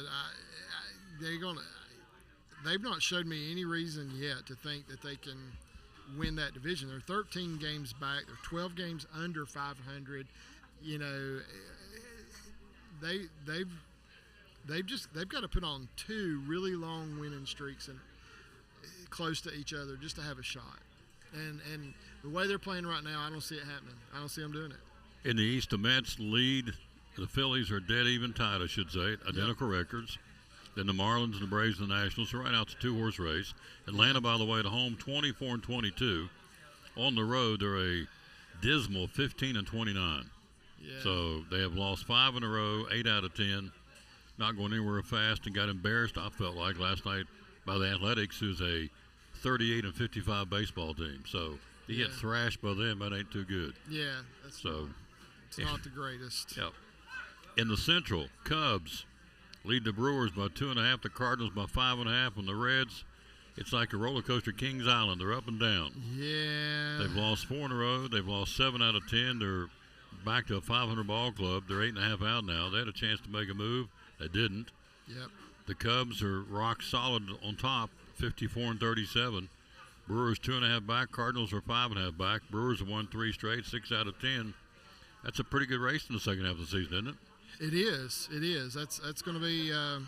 It may come down to a 2-horse race. I don't know. It may come down to the Cubs and the Brewers. I don't know. But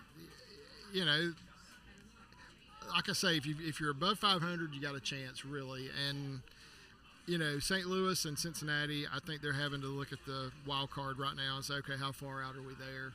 I don't think they realistically are thinking they're going to win that division. You better sit up straight. I know. Mrs. Salyer's in the house. She just walked in. She walked in. Mama's in the house. You better sit up straight and smile when you talk. I ain't talking about your mama either. I'm That's talking right. about how many years? 28. 28. You knew it right on the spot. I did. Where'd you take her on her first date? We went to Outback. Did you get a big blooming onion? I think we did, maybe. I don't remember it. That's She was so. That's been, 30 years Hey, ago, look, so I don't remember. let's face it. She was so starstruck, she didn't know what she ate. She was sitting across the table from the man, and she was a nervous wreck. And Yeah. She don't know what she ate. She maybe ate the napkin. Don't know. She's Yeah, right. what's like Elvis. She's in love and all shook up. Yeah. 28 years. That's awesome. All right, the Dodgers lead the Giants by 5 in the West. Dodgers have lost 5 in a row, 6 out of 10. Giants have won 4 in a row. So I mean, it's really a 3-horse race at this point. Yeah. Padres are hanging too. So I just look for the Padres to do something the second half of the season. I think they're gonna make a run. Yeah, and I look for them to make a trade or two. Think so? Yeah, I think they'll be up to do that and improve their team. And Dylan Cease. I don't know. You don't think he's the one? I don't know. But I look for them to do something. Anything I think they can do to improve their team, I think they're going to do it. Brendan Sweeney coming up next from Milligan University. All right, we've got in the American League, the Astros lead the Mariners by 6.5 in the West. Houston quietly putting together a pretty good year. They're 55-37. They are. They kind of came out of nowhere, because they started off pretty mediocre and just kind of hung around, played well enough to not fall so far back that they couldn't do anything. And now they've really turned it up a notch. And so the Rangers are 10 games back in that division. They're only 2 games under 500. Get to 500, see what you can do in the second half. In the Central, Detroit's won 5 in a row, 8 out of 10. They're still the best team in baseball, home and away, and overall record at 59-34. There's been no slippage. They just keep playing. They keep playing. They play well. They play as a team. They're the only team with a winning record in their division, too. 14-game lead over Kansas City and Minnesota. You can't say in July that it's over, but if they're still there middle of August, it's over. The old saying, it ain't over if the fat lady sings, but she's at the podium, clearing her throat. She's warming up. Getting ready. You got that right. She's warming up. Because and it's more than Scooball. I mean, it's a rock-solid team top to bottom. It is. It wasn't that long ago they had a complete rebuild. And so they've done that, and Detroit, it's paid off, and proof's in the pudding. In the East, the Blue Jays lead the Yankees by 3.5. The Rays by 5, and the Red Sox are 6.5 out. Red Sox have won 5 straight, 8 out of 10. The Yankees have won 2 in a row, but the Blue Jays have won 10 in a row, 10 straight, flirting with a franchise record. So Blue Jays, as we said earlier, they're for real, aren't they? They are for real. Let's see what they can do. See if they can tie that record and break it. Are you in trouble because she showed up? No, I knew she was coming. Oh, because she's standing there. Okay, she's standing like. No. Okay, I thought maybe I didn't get the memo. We're going to have lunch. She's got an appointment this afternoon, and so I said, hey, come have lunch with me. Isn't that sweet? Yeah. You old bear, you. Look at you. That's nice. You're so nice. There you go. She's just grinning like a fox in a hen house, so she likes it. Her man's going to get her lunch. Hello, Jimmy Stout down in Georgia. Thank you for watching. All right, so you got a couple of games today. Toronto and the White Sox. You got the Dodgers, Milwaukee. Philadelphia, San Francisco. Verlander on the mound today against Jesus Luzardo. That's a pretty good matchup. That is a good matchup. Yep. You got Tampa Bay, Detroit tonight, or today, I should say. Under the lights tonight, the Mets in Baltimore. Next week, not this week, next week, it's getting close to the trade deadline, so you can start telling me who's going to sell and buy. Okay. And we'll start that goofy wild card thing already. So in the middle of July, it's like we got 3 more months of baseball. And see, we're in a society. I go into Hobby Lobby last night. Half of it's fall now. Yeah. It's July the 9th, for crying out loud. They got Christmas stuff out at Hobby Lobby. Yeah, because the 4th of July's over, so they have put up the Christmas stuff. We're always pushing the envelope. So now we're talking trade deadline, or we're talking wild card in September and July. It just confuses me. Yeah. I know you don't care. We're getting close to that trade deadline, so we'll talk about that next week for sure. Yankees hosting Seattle tonight. Boston at home against Colorado. The Reds, Andrew Abbott on the mound. It's 7-1. He's having a heck of a year. You got the Marlins, and that's pretty good. Alcantara, Alcantara, that's a pretty good matchup. Yeah, Alcantara. Alcantara's not having a great season. 7.01 ERA, 4-8 record, but he's a former Cy Young winner, so he can turn it up a notch when he needs to. And the way the Reds have been playing against the Marlins, Andrew Abbott's going to be on it tonight. Yeah. The Marlins ain't exactly a powerhouse team. I know, name 3 players in their starting lineup. I couldn't tell you. Couldn't tell you at all. Don't care. The only reason I can is because I've watched them play the last 2 nights. I just can't believe Rafael Devers had a chance to get a clinic on defense by Will Clark and didn't show up. What a loser. Raphael, buddy, you're a loser. I'm sorry. Pittsburgh, I mean, again, in contrast, the late John Ward says, hey, if you'll come to Knoxville, I'll give you some few tips on how to call a ball game. And I don't show up. I mean, that's what this is. Yeah. All right. Go on, Tom. Pittsburgh, Kansas City, Cubs in Minnesota, Cardinals in Washington, hosting them in Busch Stadium. Cleveland and Houston tonight. Texas, Evan Carter, 1 for 4, a double, 3 RBIs last night, tearing it up. Love it. Scored twice. LA Angels, he'll be there tonight. Arizona, San Diego, and Atlanta with Elder on the mound against the Athletics in, is it Fresno? No. Sacramento.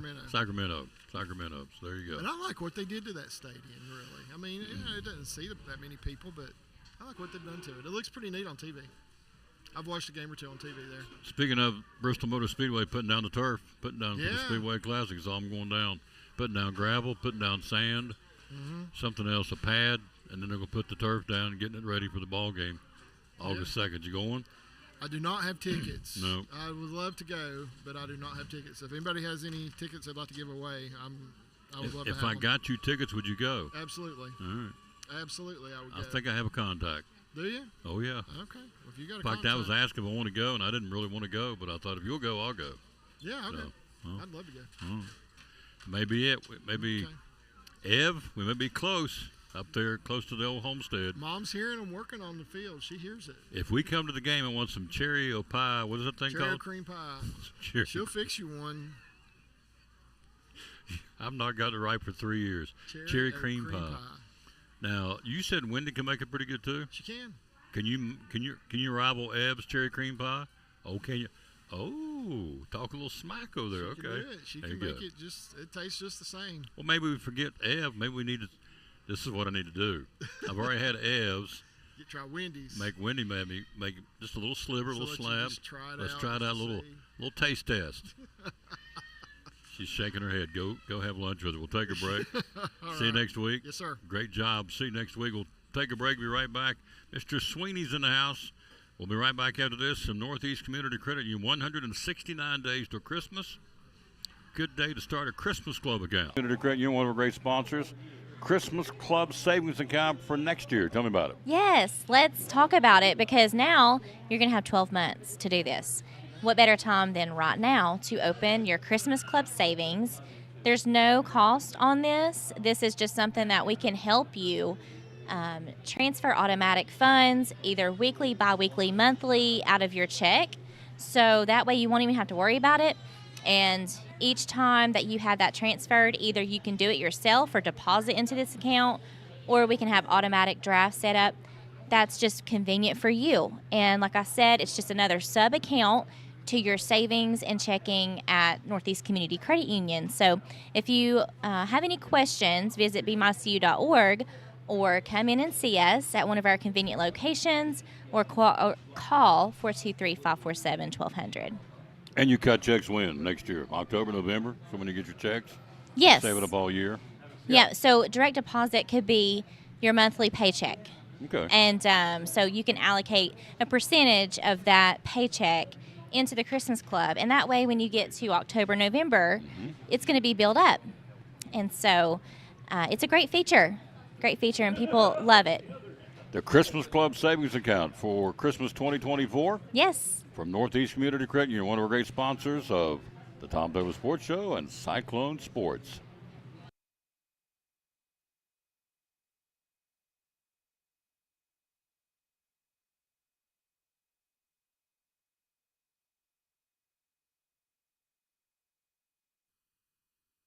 Back on the Tom Douglas Sports Show, he's here. We love having him on the show. The Assistant Athletic Director from Milligan University, Brendan Sweeney. Hello, sir. How are you? Doing well, Tom. How about yourself? Yeah, looking good. Donning that orange. I like it. The land of the Buffaloes. So, Miss Castle won a big award. Tell us about that. Yeah, Kate Castle, College Sports Communicators, which is the organization that is basically in charge of awards for academic All-Americans. And so Kate Castle was named a second team at-large academic All-American. So that's the second time in her career at Milligan that she won the award. So really impressive, and just Milligan, again, it continues to show the academic prowess of the athletes that are here. It's one of the most impressive things I think about our department is how many academic All-Americans we churn out each year. This year, Castle was the 6th of our athletes at that level for CSC that was an academic All-American. And I saw a stat the other day that 0.2% of student athletes in the nation earn that title. 0.2. 0.2%. Wow, which is a sliver, to say the least. Yeah. Hello to Ron White. Hello to Carrie Hedrick. Hello to Philip Miller, Eduardo Gonzalez, Bruce Lamb, Joanne Tester. Philip Miller, a lot of new names today. Thank you. Georgia, or Mazarakis. I'm sure I'm not saying it right. You want to try that one for me? Georgia, can you see that one? Musarakis. Yep. Musarakis. There you go. I'll go with that. It's better than what I did. Shane Marshall. If I butcher him, I don't mean to, of course. Jim Stout down in Georgia. Thank you. He's always with us. Thank you, sir. Jared Head. Tony Seawright. Thank you all. Bobby Coleman. Thank you guys and ladies for watching the show. So, also, you've got volleyball schedules out. Soccer schedules out. Yep. We're getting close, aren't we? Yeah, we are. It's right around the corner. We got first event in the fall that's on campus will be a soccer exhibition, men's soccer against Tusculum. And then we've got Milligan Mountain Madness, the home volleyball tournament on August 22nd and 23rd. So, if you missed it, we were off last week, but the week prior, our colleague to our left was named the SID of the Year in the Appalachian Athletic Conference. We're very proud of it, and so are you, and well deserved. I appreciate that. In addition to me, we had also Christian Pope was the athletic director of the year with the conference, and Burina Edens was the athletic trainer of the year for the conference. So we take a lot of pride in the fact that the conference and our peers across the conference have seen from Milligan across the board, excellent work, and so obviously we feel very grateful for that recognition. Absolutely, and it's from your peers. That's why to me it means so much, because it's the people who do the same thing you do every day. Exactly. And when they say this guy's the best in the biz, you and Christian and the trainer, then that's obviously quite an honor, because your fellow, as we said, fellow folks in the same business picked that for you, and that's well deserved. I can tell you that firsthand. Love working with him. This guy gets it done. So we're going to be doing more this year. Milligan Sports. We're excited about that. Volleyball is right around the corner with Coach Bays, and when do they all start getting to town? Pretty soon. So they'll be getting back on campus. I can't remember the exact date, but it's the first week of August. 3 weeks. That way, it gives them a couple of weeks to get ramped up before we start again, August 22nd. Yep. And that's when we get going. That's the same day as the first day of Cyclone football, of course, which is 44 days out on the countdown. So there you go. But we got basketball coming up. We've got volleyball. We'll probably try and attempt to do a soccer with his help. Yep. Because I don't have a clue about soccer. Love it. Don't know anything about it. Like watching it. Appreciate what they do.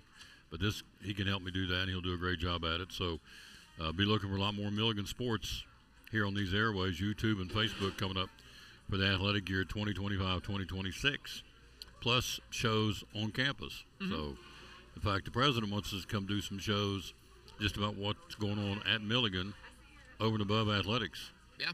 Which is a lot of good things going on. It is. All kinds of great things happening on campus, and I think, the opportunity for us to work with you to have that stuff shown to the public is a really good opportunity. So there's one department, man, I had this, now I forgot it, they all 100% passed. Dadgummit. I had that this morning. I looked at it when I left the house. Now it's went in this side of the pipeline, out the other. But it was one of the departments in Milligan. Every one of the students who tested for their boards, for their off-campus boards, every one of them passed, got 100%. The entire department, which is, I've never heard of that before. So it's, I will have that tomorrow on the show. I will have that. I'll have to look at it. I got it sitting on my desk at home. But anyway, bottom line is Milligan's doing a lot of good things off the athletic fields as much as on the athletic fields. Yeah. And so there's a lot of growth. And so there's some master plans where it's going to get even bigger and better. So it's all good. Things are on the move up, aren't they? They sure are. And we've got all kinds of help across the board on our campus. Our academic people are great working with our athletes. Our athletes, I think that one of the big things about Milligan as an institution is that it's so good academically that our student athletes, like, it's a challenge for them, but they still, put in all the work they need to do really, really well. Every single one of our programs this year that competes at the NAI level, so that's 24, their cumulative grade point averages were over 3.0. So every single one. Wow. So it's it's very impressive, the amount of success that they have in the classroom. And people who know in the academic and in the business world, you get a piece of paper from Milligan, a degree, it's a door opener to mean something. Because they know what it has taken to get it.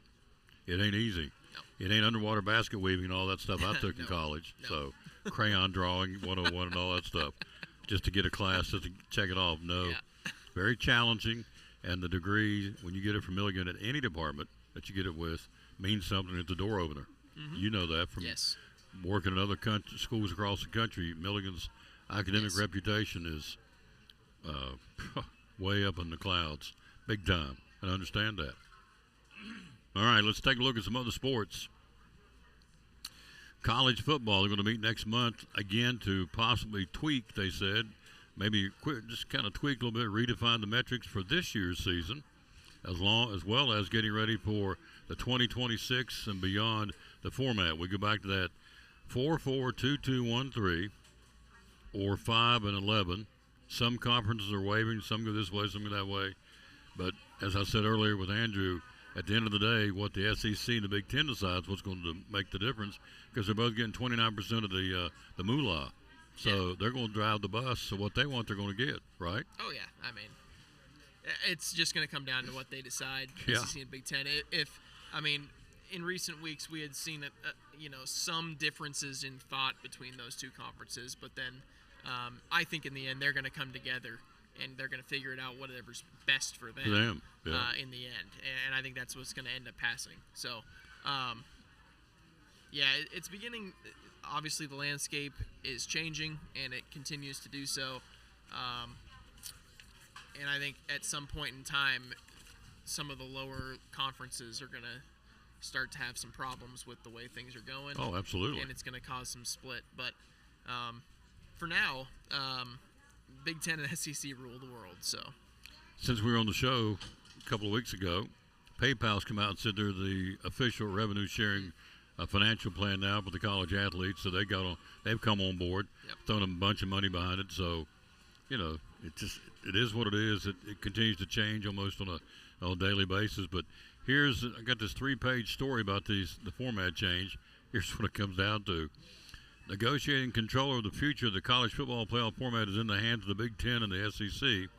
According to a memorandum of understanding signed last year, all these conferences signed this, so they know this. It's not like it's a surprise. And it says a bigger cut of the money, 29% to each conference, is also set to be paid starting with the 2026 season.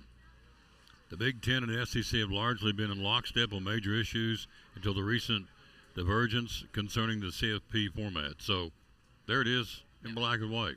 All the other conferences signed off on this. They know it. It's okay. So at the end of the day, whatever they want, they're going to get. We can sit here and talk till we're blue in the face.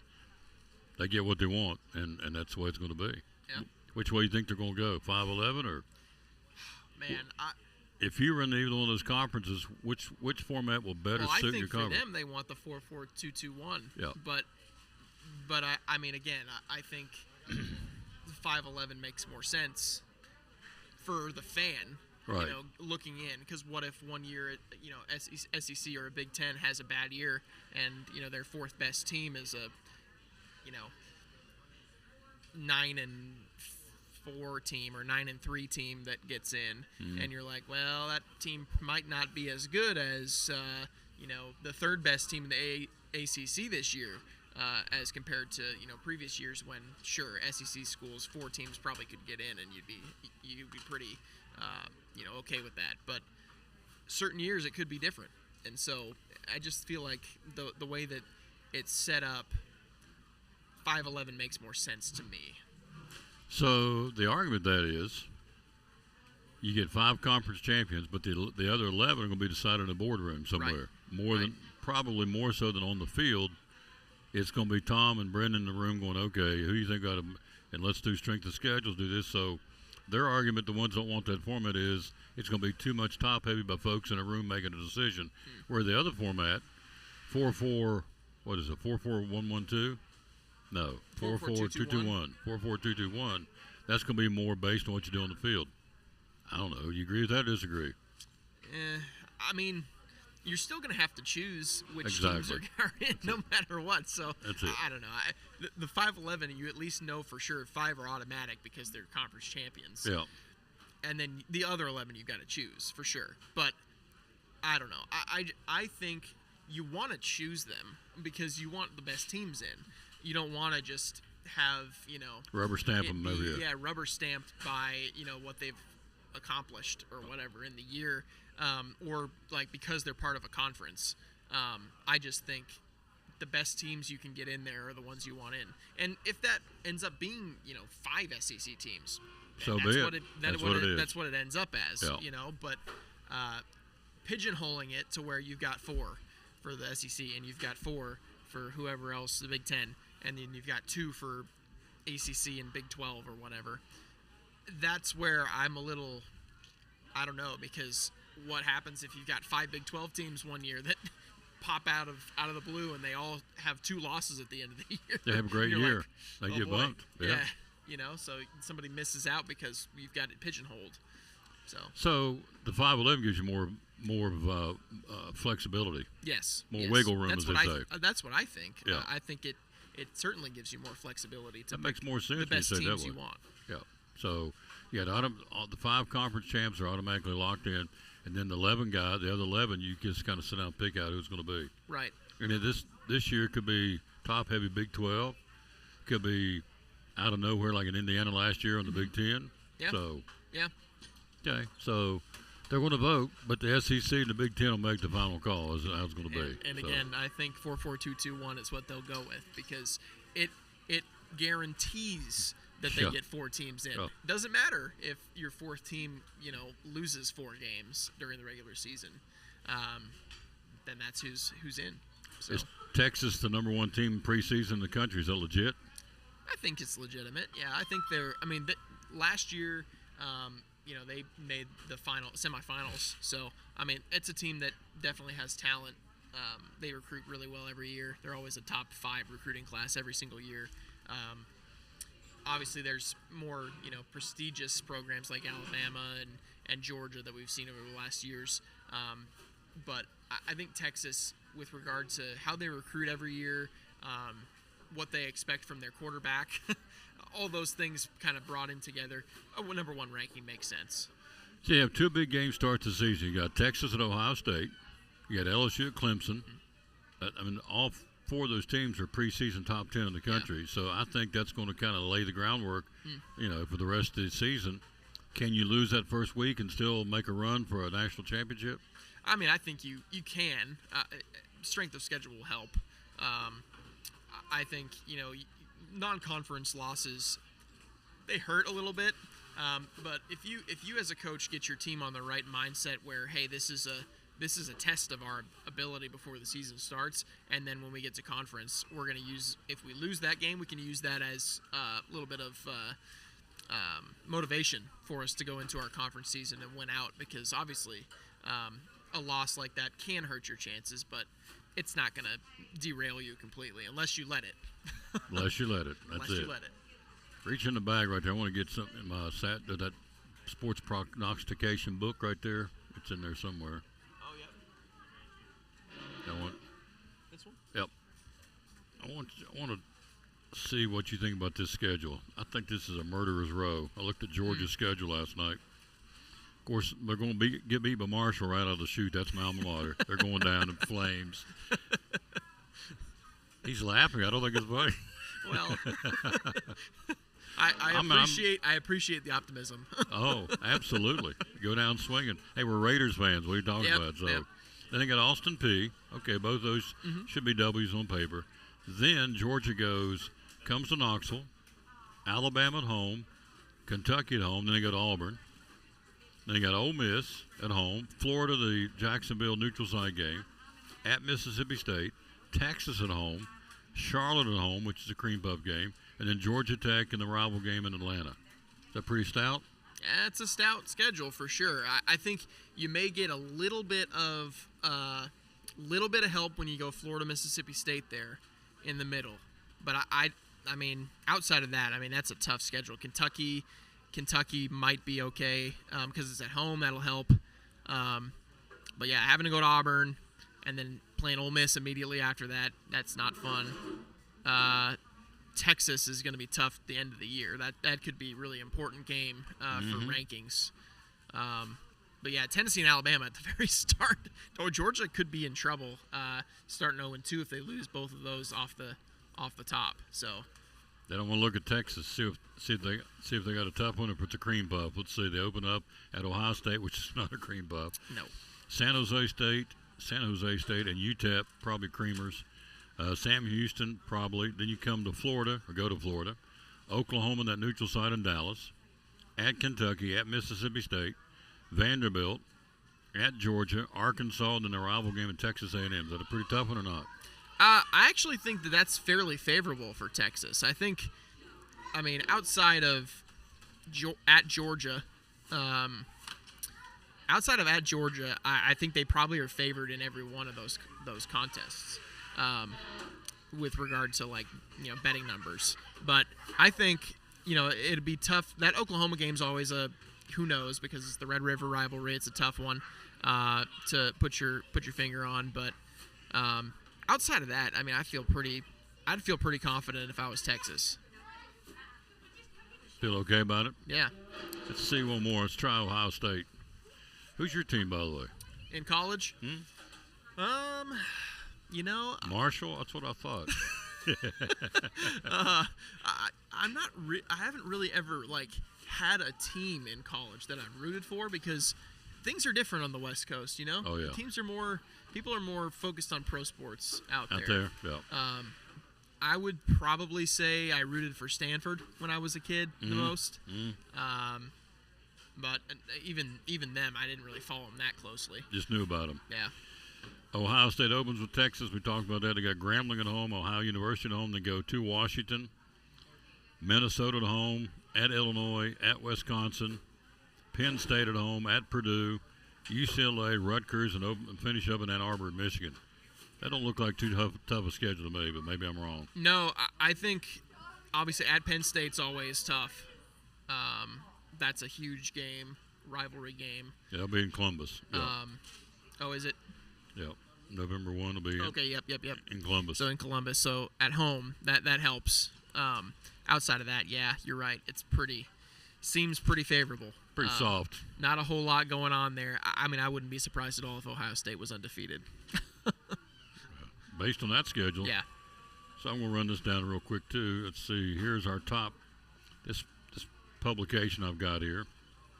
Texas, Penn State, Ohio State, Georgia, Clemson, top 5 in the country. You okay with that? Yeah, I think that's fair. Number 6, Notre Dame. Number 7, LSU. Number 8, Alabama. Number 9, Oregon. Number 10, Miami of Florida. All right with those? Yeah, the Florida one is, that's a little bit of a projection to me, but, yeah, they definitely have gotten some good players and a good recruiting class, so we'll see if they make a marked improvement on last year. But the Gators are 11th, South Carolina 12th. So I just think it's a high ranking for South Carolina. Yeah, I would agree. Kansas State, Arizona State, and the 15th team in the country is Michigan. Tennessee is predicted 21st in this publication, so the Big Orange are not happy with that. I think it's probably heavily because of the Iamaleava transfer. Nico Ima leaving? At quarterback, they probably feel that there's not a backup plan, and so that's the question mark from the Raiders at this point, I believe. Yeah. For the Raiders? Well, Raiders, but yeah, Raiders. See, it just comes out every time. No Raiders. Now, I'm down at Pigeon Forge last week. I'm in line with a guy, and the guy says, "You're a big old boy." I said, "Okay." Where are we going with this? He said, "You like football?" And I'm thinking, why does it? I'm 6'5", anything to do with being. Yeah, I do like football. Yeah. He said, "Who's your team?" I said, "Team's gonna win the Super Bowl this year." He said, "Oh yeah." He said, "You talking about the Chiefs?" I said, "No." And on cue, London said, "No, he likes the Raiders." And the guy's like, he starts chuckling, and I'm thinking, "The Raiders," and he just started laughing right there in the line of this attraction. I'm thinking, really? Just hurt a guy's feelings. So we have no respect. Everybody just laughs at us. I said, "We got Geno Smith and Tom Brady out on the field." "Okay." "We got Geno Smith." "Okay." "Your point is?" I was like, "I think we're going to win the Super Bowl." The guy said, he just went, "Okay, bud, have a good time inside." I said, "Okay." So I got razzed pretty good. That's so funny. why do we get trashed? Well, Have because we earned it? Yeah, because we're not any good. Because we haven't been good since 2002. So it's been 23 years. We had 1 year in there, 2016, and then Derek Carr got hurt in the season finale, and we didn't have him in the playoffs. And we were toast. 23 years since we've been a decent team. 23 years. Good night. It's been a while. Yep. I will, optimism. You got to be optimistic when you start a season, and it's just, you get 3 games in, and then the train, it goes off the track. You think, oh, I had some optimism, but this is not going to go the way I hoped. 2026, here we come. Yeah, we just keep waiting. We're waiting 23 years for that next year, and it's never happened yet. So maybe this is the year. Maybe so. Are you hungry, sir? Yeah. We'll get you something to eat. All right. He's a good man. Thanks for coming. Of course. Does a great job. Love having him on the show. We'll take a break. We'll be right back. We'll wrap it up right after this from one of our great sponsors. And who might that be? Oh, let's go down and find Container Man, because we ain't had him on for a while, since yesterday, as a matter of fact. In a world where cluttered trash and debris threaten your property, one man is ready to save the day. He's Container Man, your dumpster delivery superhero. Need to clear out your garage? Call Container Man. Remodeling your home? Call Container Man. Demolition waste taking over your job site? Call Container Man. From minor to major projects, Container Man has the perfect size dumpster for every task. With lightning fast delivery and the customer service of a locally owned company, he will help you restore order to your world. When you're ready to fight cluttered trash and debris, call Container Man. The Tom Dillon Sports Show and Elizabeth and Cyclone Sports. T&S Home Improvements you see on the screen. What's it all about, sir? Well, we build decks. We do underpinning for mobile homes, vinyl underpinning, CertainTeed underpinning, K-Rock, whatever you want. Build decks, porches, whatever you want done. How long you guys been in business? A little over 4 years. 4 years. Yep. Geographically, where do you go? Where have you gone? We try to stay within about 75 miles of the region. We've been all the way over to Virginia, up in North Carolina. Next week, we've actually got to go down to Pigeon Forge. Awesome. So they're everywhere. T&S Home Improvements. So things you guys have been working on, I don't know, last 45, 50 days. What have y'all been doing? Well, last week we built 2 covered porches, 10 by 20 covered porches.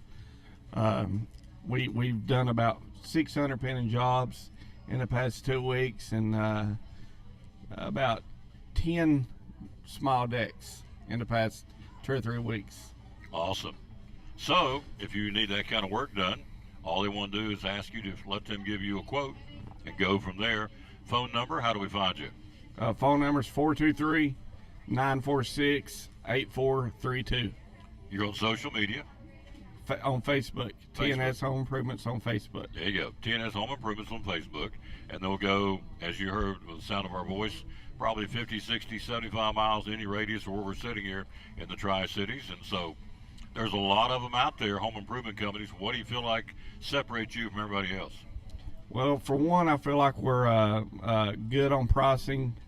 And everything we do for you, we do it like we're doing it for ourselves. So our greatest concern is customer satisfaction. There you go, folks. One more time, the phone number is? 423-946-8432. One of our great sponsors of the Tom Dillon Sports Show and Elizabeth and Cyclone Sports. I believe in these guys. Travis Constable at T&S Home Improvements. Proud sponsor of Cyclone Sports and the Tom Dillon Sports Show.